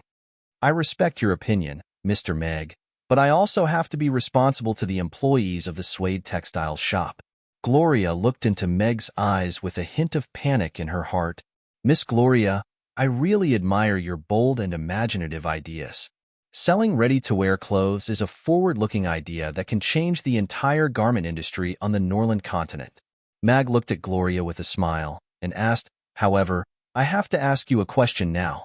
If you were given 2 identical pieces of clothing, and one of them was tailor-made to fit your figure perfectly in all aspects, while the other was something that you could only choose between a few sizes, perhaps it would be a little too big, or perhaps it would be a little too small. Which one would you choose? Gloria pondered momentarily before replying, I would choose the dress that fits my body better. Since that's the case, what makes you think that countless people will rush to your door 20 days later to buy all your clothes so that you can survive your losses safely? Mag continued to question her. Gloria's eyes immediately widened as she stared at Meg. I suggest that you make the dress into a premium product. You don't have to make a lot of them. You can only make 4 of each color at most. This dress is targeted at young noble ladies of the same social class as you. They pursue beauty and quality, and price is nothing more than a number to them. Hence, the dress has to be expensive in order to match their temperament. The best way to interest them in this dress is to have someone wear it for them to see. For example, a beautiful young lady could wear a backless dress at a ball, stunning everyone present. That way, all of the women would be curious as to where such a beautiful dress came from, Meg continued. Gloria's eyes lit up even more upon hearing this. As for this off-the-shoulder dress, it's targeted towards the middle class, but the price shouldn't be set too low. It's the kind of dress that middle-class husbands would grit their teeth and buy for their wives. This is a very interesting price range, but it's also very attractive, so you can stock up on it in bulk. There aren't that many gatherings, so they don't have to worry about everyone wearing the same dress sitting at the same gathering. Furthermore, this dress is enough to make them stand out from their peers, Mag continued as he pointed to another dress. Gloria nodded vigorously, and there seemed to be little stars shimmering in her eyes as she looked at Meg. She had thought that Mr. Mag was just a good chef who had a knack for designing clothes, but she didn't expect him to be so clear and logical when he talked about business principles and customer psychological analysis. He had completely overturned her understanding of business. Even Mars hadn't made her feel this way. The only person she could think of was her grandfather, the legend who had redefined Chaos City's business. She could feel that what Meg was saying to her now would have a very profound impact on her in the future. It was as if a door was slowly opening for her. The last chiffon dress is a light luxury dress. It's something that women can buy with their own money, and it can be worn outside or at parties. The price is slightly lower than the previous two dresses, but the quality has to be controlled as well, because clothes of this level will be a very important group of customers in the future. However, there isn't much of a difference between this chiffon dress and the ones that are commonly seen on the market, so the most important thing is the effect of the first two dresses. At times like this, the concept of branding is very important, Mag continued. Brand? Gloria looked at Meg with confusion. A brand is a set of specific features, benefits, and services that the seller provides to the buyer over a long period of time. It's actually a rather abstract concept. When we talk about banks, the first thing that comes to mind is Buffett banks. This is the so-called brand effect, and the benefits of the brand effect are very obvious. More and more people will deposit their money into Buffett banks because of the four words Buffett banks, which brings more profits to Buffett banks. Buffett is the brand of this bank, Mag explained. So what you're saying is that we're going to turn the Suede Textile shop into a brand, and customers will buy other clothes because of the reputation of the Suede Textile shop. Even if those clothes aren't all that different from the other clothes on the market, they'll still choose the clothes from the Suede Textile shop. Is that right? Gloria looked at Meg thoughtfully, and her eyes became brighter. You can think of it that way, but I personally suggest that we remove the last three words. Suede is a very elegant name, and adding textile shop makes it sound a little rustic. A brand is like a person's face, and the details are just as important. Meg nodded. He was very satisfied with Gloria's ability to understand, but he still needed to think about the details. I understand. Thank you, Mr. Meg. Gloria bowed deeply to Meg, put away the blueprints on the table, and left.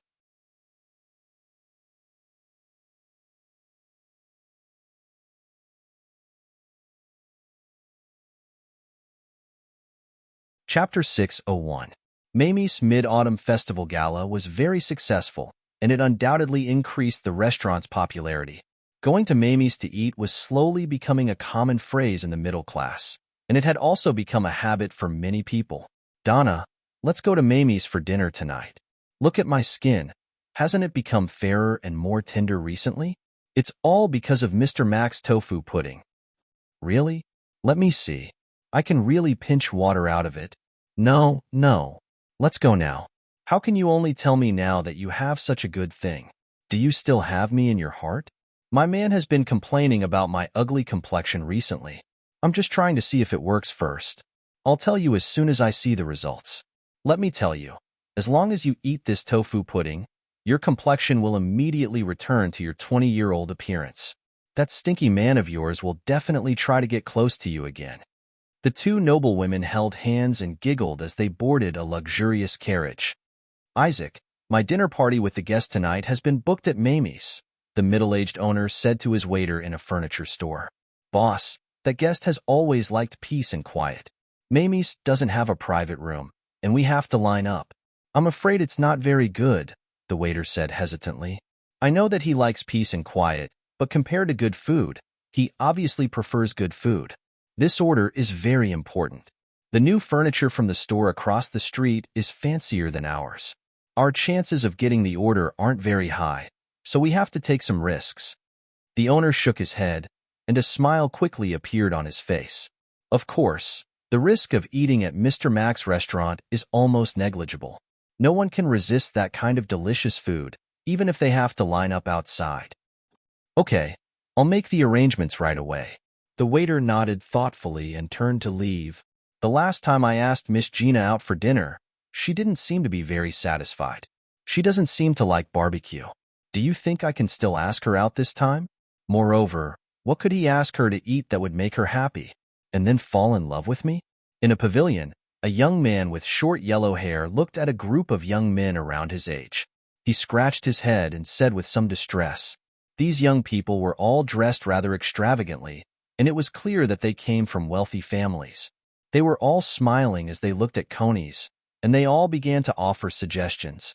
"If it were up to me, you should just go to Dukas restaurant and book a big private room. With us brothers backing you up, I guarantee that you'll succeed. Come on, Miss Gina's father is a professor at Chaos School.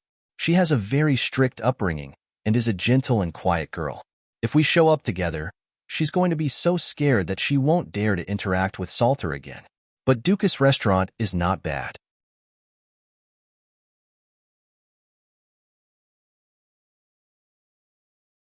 If you can order the roast pig, she will definitely like it. Dukas Restaurant's roast suckling pig has been reserved for 2 months. By then, it would be too late. Didn't they open a new fish shop a few days ago? I've tasted it, and it tastes good. Maybe Miss Gina will like it. Yeah, Miss Gina mentioned that fish is her favorite food. Can you tell me where that fish shop is? Conies asked with an elated expression. Heh, you guys know nothing about the food in the Aiden Square, and you don't even know how to date a girl. A young man with brown curly hair pursed his lips. Harry Potter, do you have a better recommendation? Conies turned to him with an expectant look in his eyes. It's very awkward to eat fish on a date when you're not in a relationship yet.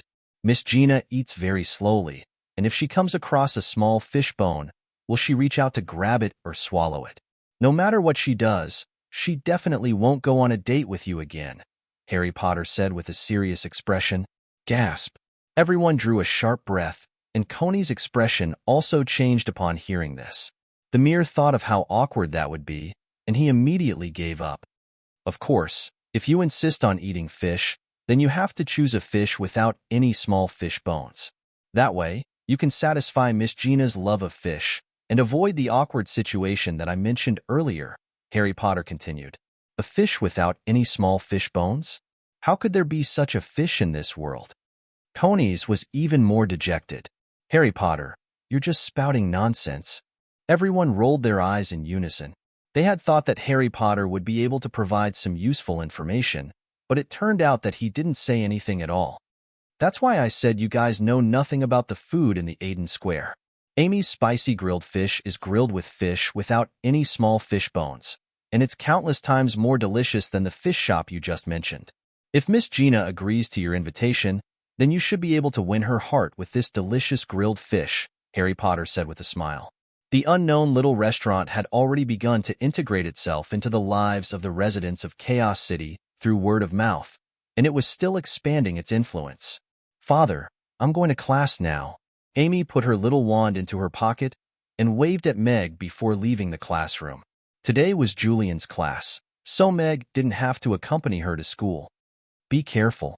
Meg smiled as he turned to Sally and Yabamiya, who were busy cleaning up the table, and said, Aisha, Mia, I plan to hire 2 more employees. Sally and Yabamiya both stopped what they were doing and turned to Meg in unison. Boss, is it because Mia didn't do a good job? If I did something wrong, you can tell me, and I'll definitely do a better job. Yabamiya turned to Meg with a nervous expression. Sally was also looking at Meg with a perplexed expression.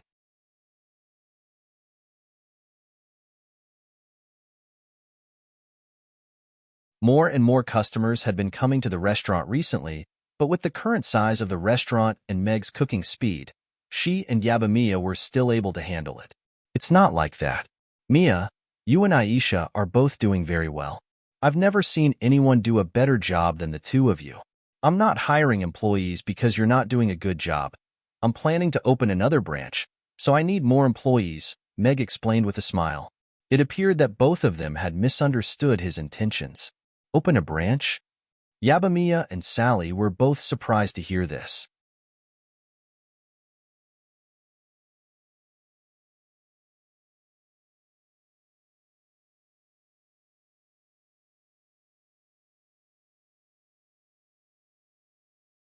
Chapter 602. Meg shook his head and replied, Yes, but I'm not going to open Mamie's. Instead, I'm going to open an ice cream shop that specializes in ice cream. Yabamiya faltered momentarily before turning to Meg with a hesitant expression and asked, You're only going to sell ice cream? Yes, I'm only going to sell ice cream. Meg nodded in a firm manner before turning to Yabamiya with a smile and said, On top of that, I'm planning to make you the store manager of the ice cream shop, Mia.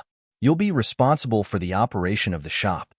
A panicked look appeared on Yabamiya's face as she hurriedly waved her hands through the air. Even her voice was trembling slightly as she said, I can't do that. Boss, I can't be the store manager. She was already very satisfied to be able to work as a waitress.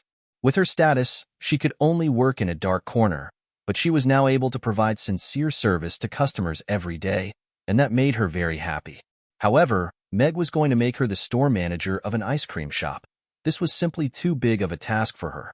She couldn't imagine what kind of uproar a half-dragon would cause if she were to become the store manager of a restaurant in the Aiden Square. She was someone who hadn't even been allowed to enter the front hall of a restaurant. Who says you can't do that? If I say you can, then you can. Meg turned to Yabamiya with a warm expression and sincerely said, This is not an order. It's an invitation. As the owner of Mamie's, I'm officially inviting you to become the store manager of the ice cream shop, young Mistress Yabamiya. In Chaos City, there's no third person who knows how to operate an ice cream machine, so you're the best and only choice. Yabamiya looked into Meg's eyes, and he calmed down slightly. However, there was still a conflicted look on his face, and he shook his head as he said, I think Aisha is more suitable for the role than I am. She's so smart and beautiful, so she'll definitely be able to pick it up quickly. Also, many customers will definitely buy ice cream for her, so she's more suitable to be the store manager. I can't even use a dishwasher properly, let alone an ice cream machine that's even more complicated. If you want me to make 2 snowballs, that's not a problem. But if you want me to make delicious ice cream, then I definitely won't be as good as you. Sally looked at Yabamiya with a serious expression and said, Mia, boss is right. No one is more suited to be the manager of the ice cream shop than you. Furthermore, the customers clearly like you more. No one can resist your smile. Yabamiya pursed her lips and lowered her head at the sight of Meg and Sally's warm and encouraging expressions. She was silent for a while before saying, But Mia wants to continue working at the restaurant, and she wants to continue serving those adorable customers. Meg looked at Yabamiya, who had her head lowered and her eyes reddened slightly.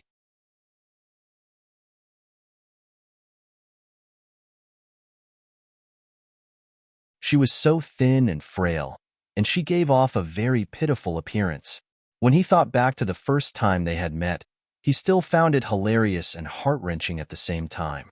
During this period of time, her energetic smile always made people feel that their moods were improving along with her smile. Now, looking at her conflicted expression, he felt as if he had done something wrong. She was still a 17 or 18-year-old girl, after all, and she had never had much confidence in herself. Even now, she still felt a little inferior when she left the restaurant, and this inferiority complex stemmed from her half-dragon identity. Sally looked at Yabamiya and patted her on the shoulder. She didn't try to persuade her any further.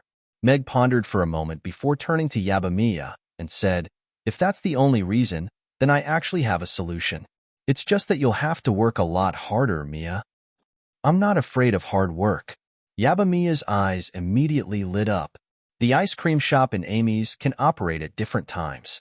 When the restaurant is open, the ice cream shop is closed, so you can continue to work at the restaurant. After the restaurant is closed, you can go to the ice cream shop, and the ice cream shop will be open for business.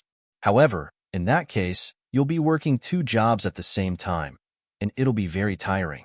Meg nodded. In that case, do I still have to be the manager?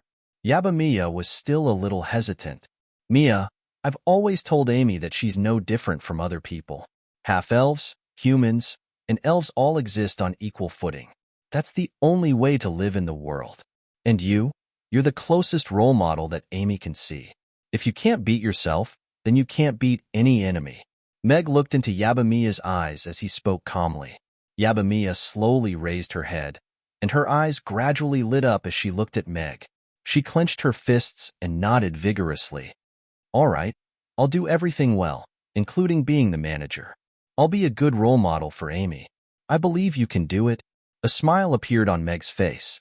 It looked like he would have to take his time to recruit a new server. At the same time, he felt a stab of pain in his conscience.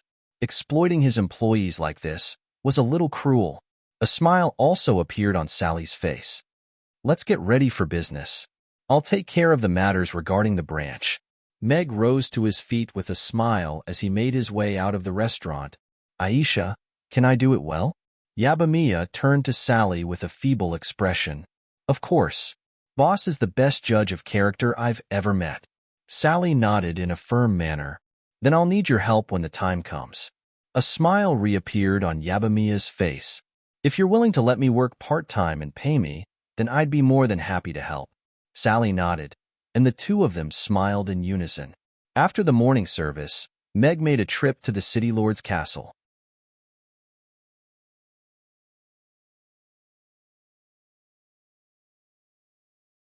The Aiden Square Management Office had already completed the handover of Ricky's rotisserie. He signed his name and paid a processing fee, upon which Ricky's rotisserie would belong to him. Tiske. Gambling really does a lot of harm.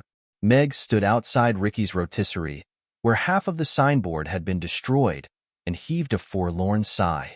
Back in the day, he had only gambled a little on the outskirts of Ricky's rotisserie, but that was purely for the sake of entertainment. He was basically a money spinner, but the money he spent was just a drop in the bucket. Ricky's rotisserie had already been sealed by the City Lord's castle, and there was a large copper lock on the door. Meg pulled out the key that he had taken from the City Lord's castle, unlocked the door, and entered the restaurant. Aside from the fact that the tables and chairs were a little messy, there wasn't much damage to the place. However, almost everything in the kitchen had been emptied out, and not even a paring knife had been left behind. The restaurant was over 200 square meters in size, and he could imagine how lively it must have been in the past. If that fatso hadn't provoked him with his incessant chatter, this restaurant would have been enough to sustain him for the rest of his life.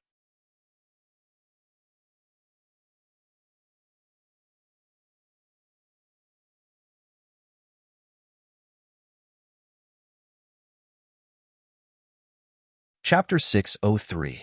The tables and chairs are 80% new, and each set costs 200 copper coins for a total of 8,000 copper coins. The furnishings are all low-grade fake goods, so the price is 2,000 copper coins. The rest of the items are basically worthless, but the system can handle them on your behalf. The system's voice quickly sounded. This is really a one-stop service. You don't want to miss out on a single cent. Meg raised his eyebrows. He didn't expect the system to be so straightforward this time. Consider it service to the utmost. This is the system's mission and philosophy, the system said righteously. Such a large restaurant must have cost a lot of money to renovate. These are all solid wood tables and chairs, and they are almost 90% new. 200 copper coins for a set is too cheap, right? Fixed price, 300 copper coins for a set, Meg said decisively, shaking his head. 250 copper coins for a set, definitely not more. If the host thinks that he can find a suitable buyer in a short period of time, you can handle it however you want, the system said decisively. Meg raised his eyebrows slightly.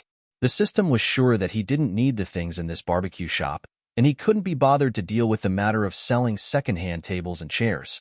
With a serious expression, he said, System, you can be considered half a businessman. 250 copper coins sounds bad. 251 copper coins for a set. Take it away immediately. You are the owner of Mamis, and you make hundreds of thousands of copper coins a day. You actually want to talk to me about a copper coin price? Don't you think that this is lowering your status? The system said angrily. You are the god of cookery cultivation system. You know the heavens above and the earth below. You can build any aircraft carrier or warship you want, and you have an assembly line for airplanes and cannons. What's the point of arguing with me over a copper coin? Meg retorted in an unconvinced manner. Deal. All items in the barbecue shop will be priced at 12,040 copper coins. Recycling in progress. Ding. Recycling complete.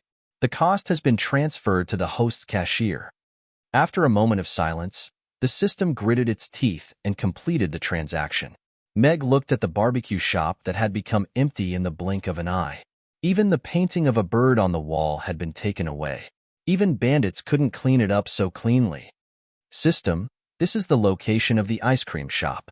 My request is to set aside 40 square meters of space on the far right side of the restaurant and turn it into an ice cream shop. The remaining space on the upper floor and the storefront remain untouched. You may begin the renovation now, Meg said with a smile. Host, didn't you say 30 square meters? How did it become 40 square meters? If that's the case, the renovation fee we agreed on earlier will be invalid. The system cried out in agitation.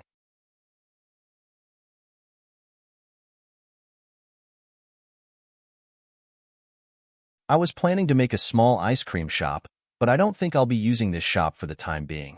So I decided to make it bigger and set up a few more small tables so that customers can sit down and slowly enjoy the ice cream, Meg said matter-of-factly. As for the cost, I only have a budget of 100,000 copper coins. 10 square meters is just a matter of a few floor tiles and a few tables. You don't have to be so excited. What do you mean by a few floor tiles and a few tables? An extra 10 square meters means that we have to completely overturn the previous renovation design. Moreover, the materials and quality of this system are definitely of the highest quality. This extra 10 square meters is a quarter of the budget.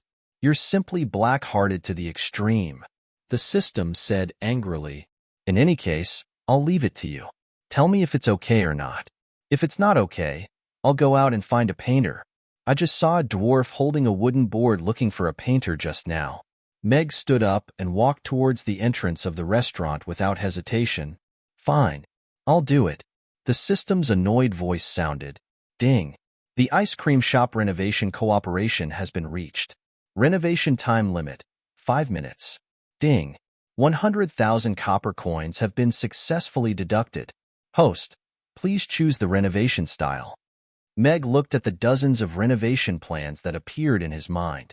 After looking at them for a while, he pointed at the ice cream shop with the theme of the Ice Queen and said, I'll choose this one. Ding. Renovation style confirmed. Renovation will begin in 1 minute. All right, I'll go upstairs and take a look. A faint smile appeared on Meg's face. He had a million ways to deal with the system. There was a staircase beside the kitchen that led upstairs. Meg slowly made his way up.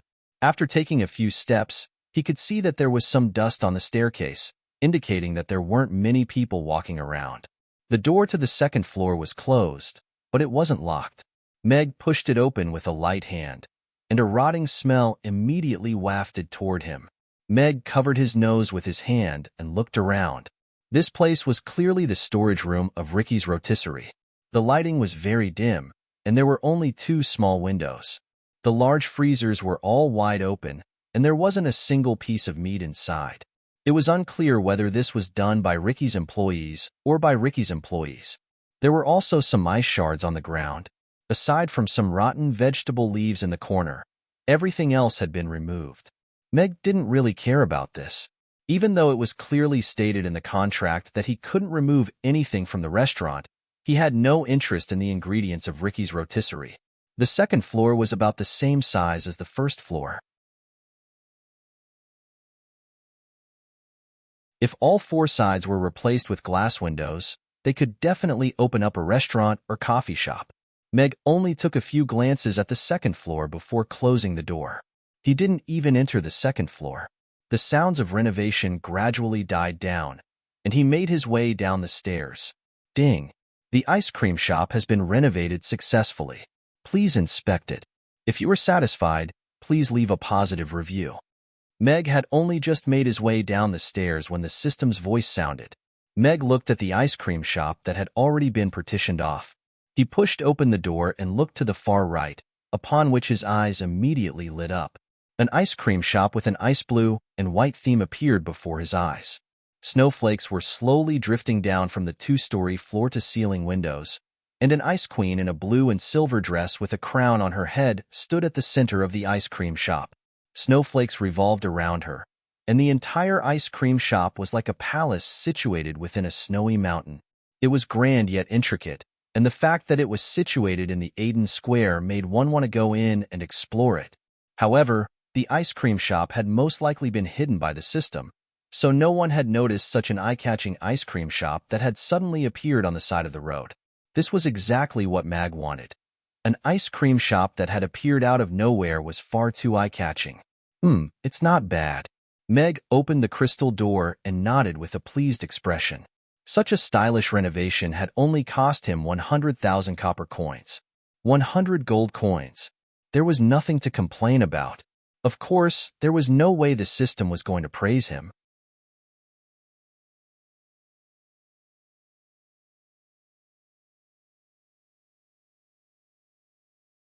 Chapter 604.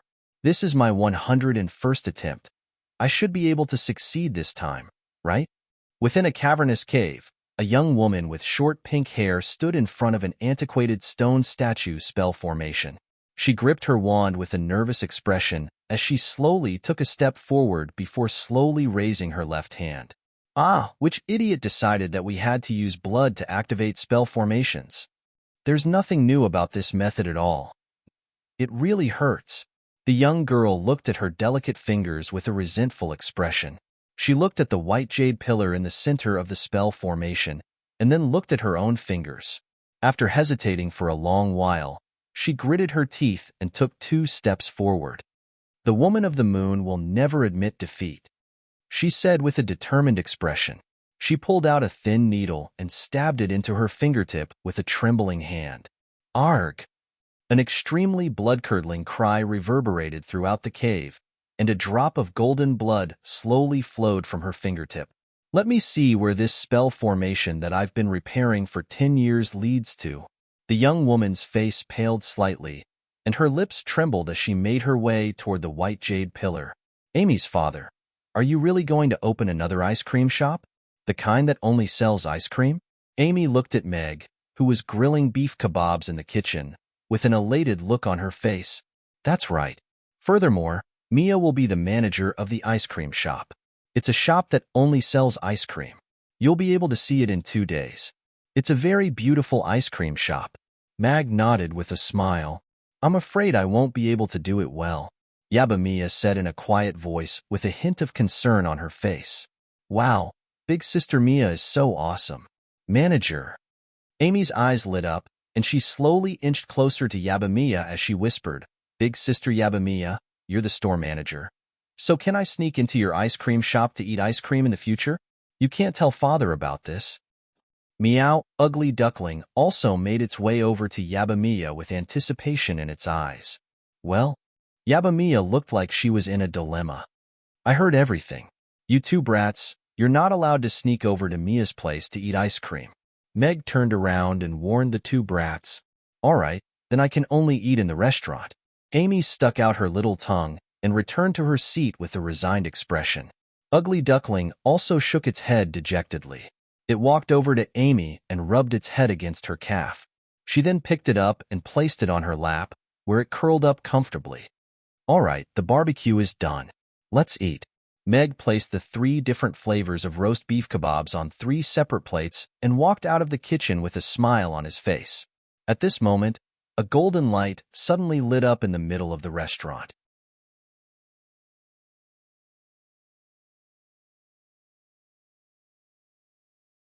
The light was so bright that it was almost blinding. What's that? A perplexed look appeared on Meg's face as he looked at a series of complex lines on the ground. It appeared to be a teleportation spell formation. Sally had already stood in front of Amy and was looking at the golden light with a grave expression. She could sense powerful magic fluctuations emanating from it, and if she wasn't mistaken, that was most likely a very rare type of spatial magic. Yabamiya stood off to the side and looked at the golden light with a slightly perplexed expression. What's that? Amy poked her head out from behind Sally and looked at the golden light with a curious expression. Meow, Ugly Duckling, also stood up from Amy's lap and let out a warning cry toward the golden light. It seemed to be a little nervous. The dazzling golden light receded, and a young woman in a long pink dress appeared in the restaurant. She took a look at everyone in the restaurant and raised her chin with a hint of disdain in her eyes as she said, "You've summoned the esteemed Princess Barbara here. Hurry up and kneel down to welcome her." Everyone in the restaurant was completely silent as they appraised the young woman who had suddenly appeared. The young woman appeared to be around 15 or 16 years old and was less than 4 meters tall. Her short pink hair made her snowy white skin appear even more translucent, and her slightly round face was quite adorable. However, her complexion was a little sickly pale, and there was a light pink crescent moon mark on her glabella. However, her expression was a little arrogant, and her words were very childish, making it difficult for anyone to respond to her. "I say, are you all deaf? Why aren't you kneeling when you see me? And how dare you look at me like that?" Barbara pointed at Meg with an enraged expression as she yelled, "Especially that perverted old man with the beard over there.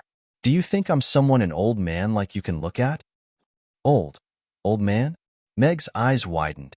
He had lived for so long, and had heard all kinds of titles that others had given him. Even young ladies born after the millennium would sweetly call him uncle when they saw him.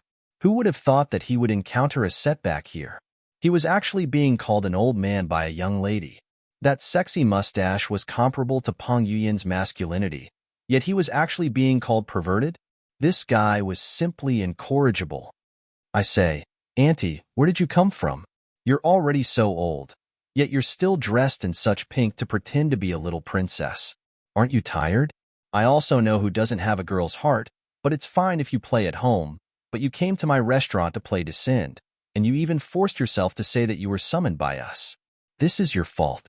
Which idiot summoned beast would look like this?"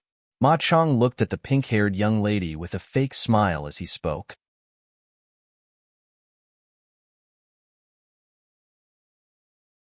He was very satisfied with this face that had been altered to look like his in his previous life, and he wouldn't allow anyone to insult it. You. Barbara pointed at Meg, and her face flushed red. She felt as if she was about to explode. No one had ever dared to talk to her like that. This guy with the beard actually called her auntie, and he even thought that no one would summon a beast like her. The nobles of the Moon Nation couldn't grow beards. This was a very important rule, so this man must be a vulgar servant. It was a great shame that such a servant dared to mock her like this. "I'll let you know that you have to pay the price for offending me." Barbara looked at Meg furiously and raised her right hand. The glass on the counter beside Meg suddenly trembled slightly. "Be careful," Sally reminded him with a serious expression. Her right hand was already holding onto her magic caster's staff. "I don't know what the price for offending you is, but if you offend me, you'll be blacklisted in the restaurant, and you'll never be able to set foot in the restaurant again," Meg said with a calm expression. "You." Barbara was enraged, and blood rushed to her head. Her face instantly paled, and her body swayed, and she fell to the ground.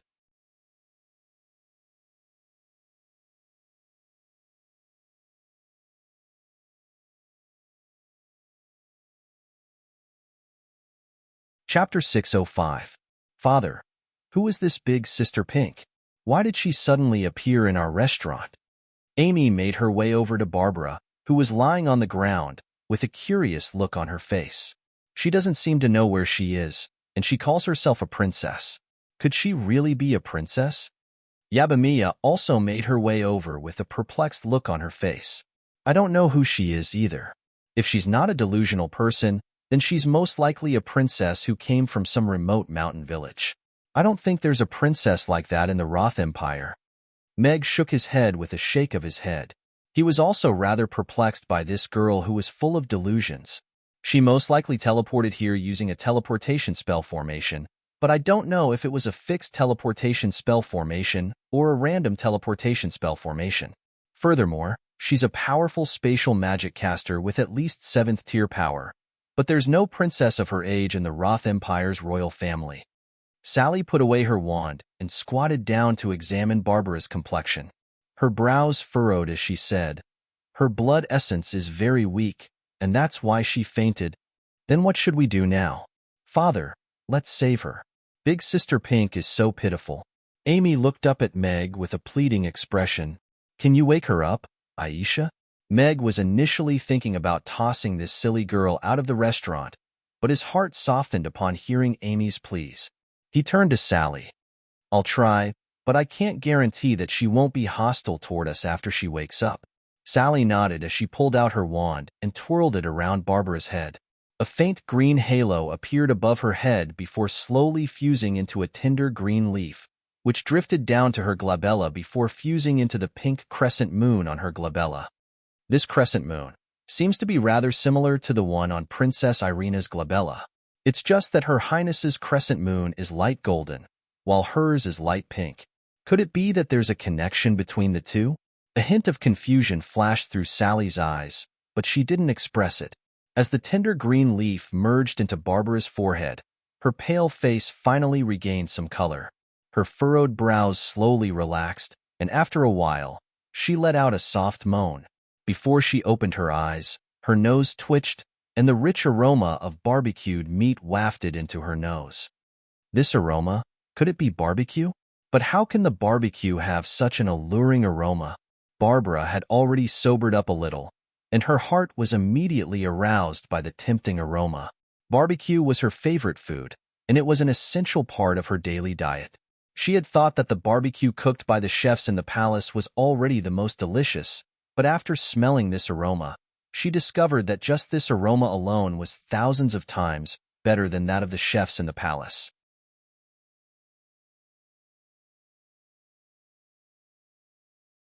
It had already taken half a day to repair the spell formation, and she was already feeling quite hungry. She could already imagine just how delicious the barbecue meat would be once it melted in her mouth, and she began to salivate uncontrollably. Barbecue. Barbara swallowed her saliva as she slowly opened her eyes.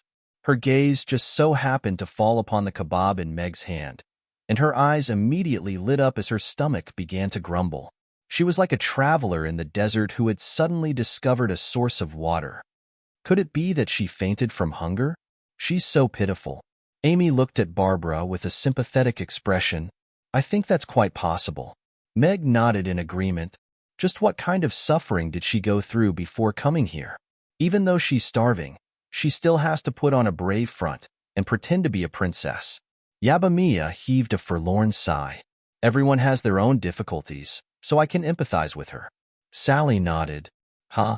Babla's attention had been completely drawn away by the roast beef kebab, but she immediately raised her head to look at the pitiful expressions on everyone's faces. She suddenly came to her senses and realized that she seemed to have lost her composure. Her face immediately flushed red, and she couldn't believe that she had been misunderstood by these people. Furthermore, they were speaking to her in such a pitiful tone, as if she were a poor, homeless person. However, the cool sensation on her glabella, as well as the nausea she had felt after being teleported away, had completely disappeared. It appeared that these people had treated her after she fainted. Otherwise, she didn't know how long it would have taken for her to wake up. If she missed this opportunity, she might never be able to return. Furthermore, the man holding the 3 plates of kebabs didn't seem to be as ugly as she had imagined. Even though his beard was a little twisted, his face was still quite handsome, and he was quite pleasing to the eye. Meanwhile, the little girl beside him was far too adorable. It was just that her ears were pointy and translucent. The other 2 girls also looked a little strange, but they were both very beautiful. Ahem, I don't need your pity. I've always been the one to take pity on others, while others can only admire and admire me. Barbara got up from the ground and raised her chin again as she said, "However, seeing as you've saved my life, I'll overlook your rudeness. Not everyone can come across such a good thing." Even though she still wore a haughty expression as she spoke, she couldn't help but glance at the kebabs in Meg's hands out of the corner of her eye. Her throat was still trembling slightly as she tried to restrain herself from swallowing. "All right, princess. If there's nothing else, you can leave now. We have to prepare to eat." Meg rolled his eyes as he turned to Barbara with a smile. It appeared that this girl really was hopeless. "Big Sister Pink, you have to go eat as soon as possible. It'll be bad if you faint from hunger," Amy cautioned with a serious expression as she caught Ugly Duckling, which was just about to pounce on her. She held it in her arms and knocked it on the head as she said, "Ugly Duckling, don't try to pounce on beautiful big sisters whenever you see them. If you do that again, I'm going to throw you away." Sally took a glance at Barbara to see that she didn't harbor any animosity toward her, so she put away her wand and made her way over to the long table. Yabamia opened its mouth to say something, but it looked at Meg before obediently closing its mouth again. It clearly wasn't a good idea to invite someone to eat with them without the boss' permission. Meg placed the kebabs on the table and sat down. He picked up his chopsticks and looked at Barbara with furrowed brows.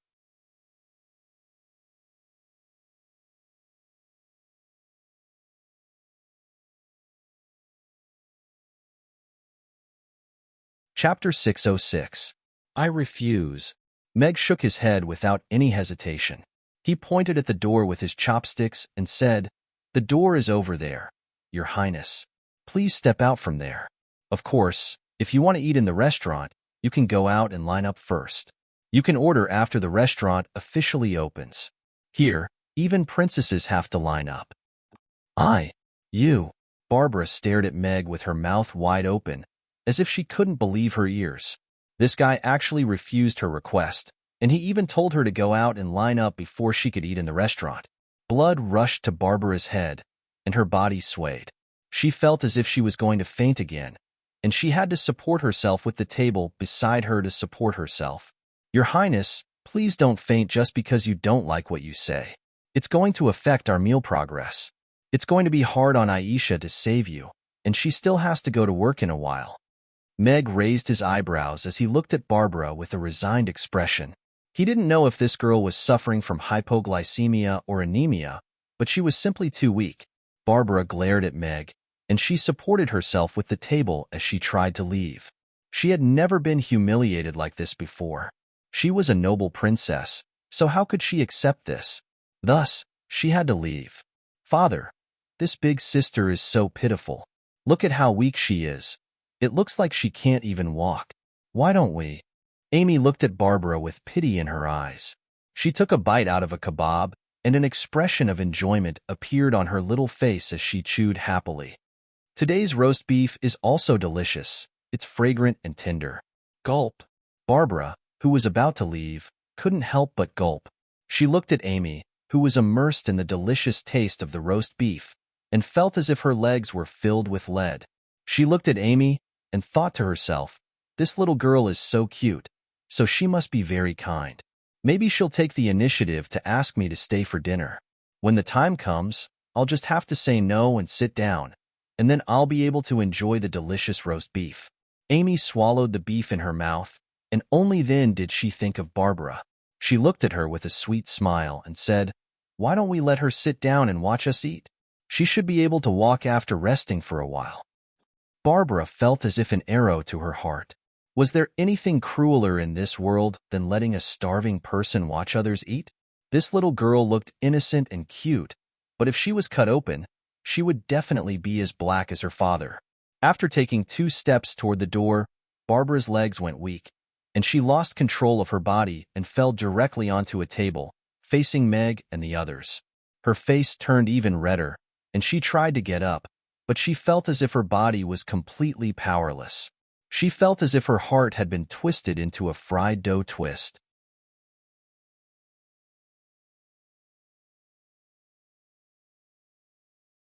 Damn it, why did it have to happen now?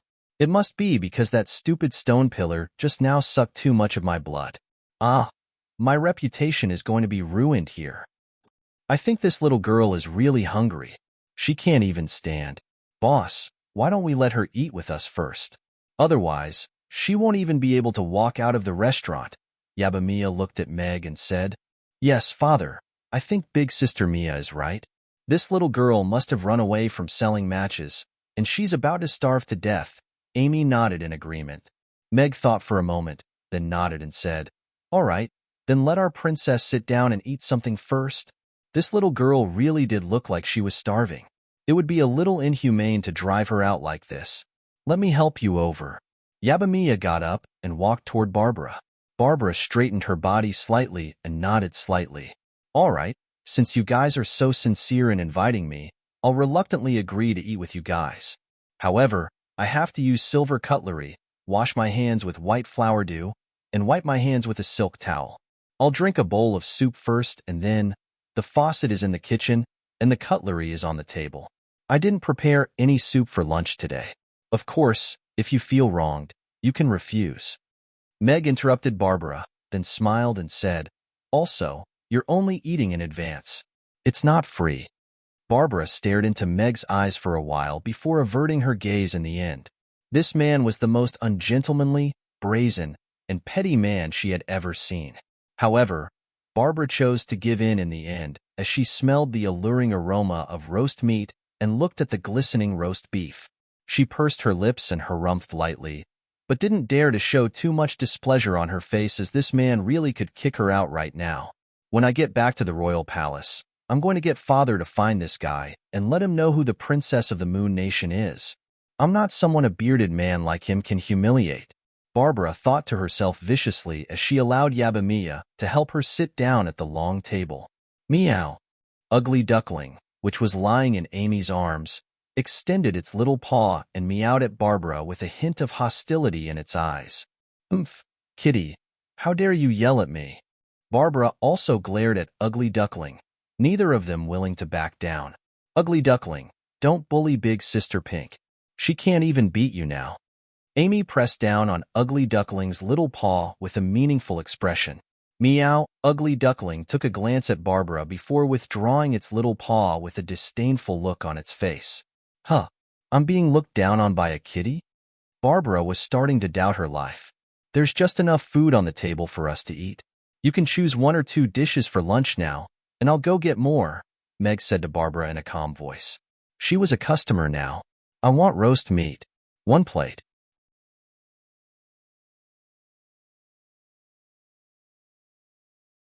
Barbara withdrew her gaze from Ugly Duckling and looked at the roast meat on the table without any hesitation. "There are 3 flavors of roast meat. Do you want one of them, or some of all 3? Meg asked. "All 3 flavors are super delicious," Amy reminded in a quiet voice as she took another bite of the roast beef in her hand. "I want all 3. Barbara nodded. "You're tuning in to the Romance Rendezvous YouTube channel. We're so grateful for your support, and don't forget to subscribe to join us on this incredible journey through captivating stories. Your generosity through donations truly makes a world of difference, as it's the primary source of revenue that allows me to expand and enhance this channel for you. Thank you from the bottom of my heart for being a part of this adventure.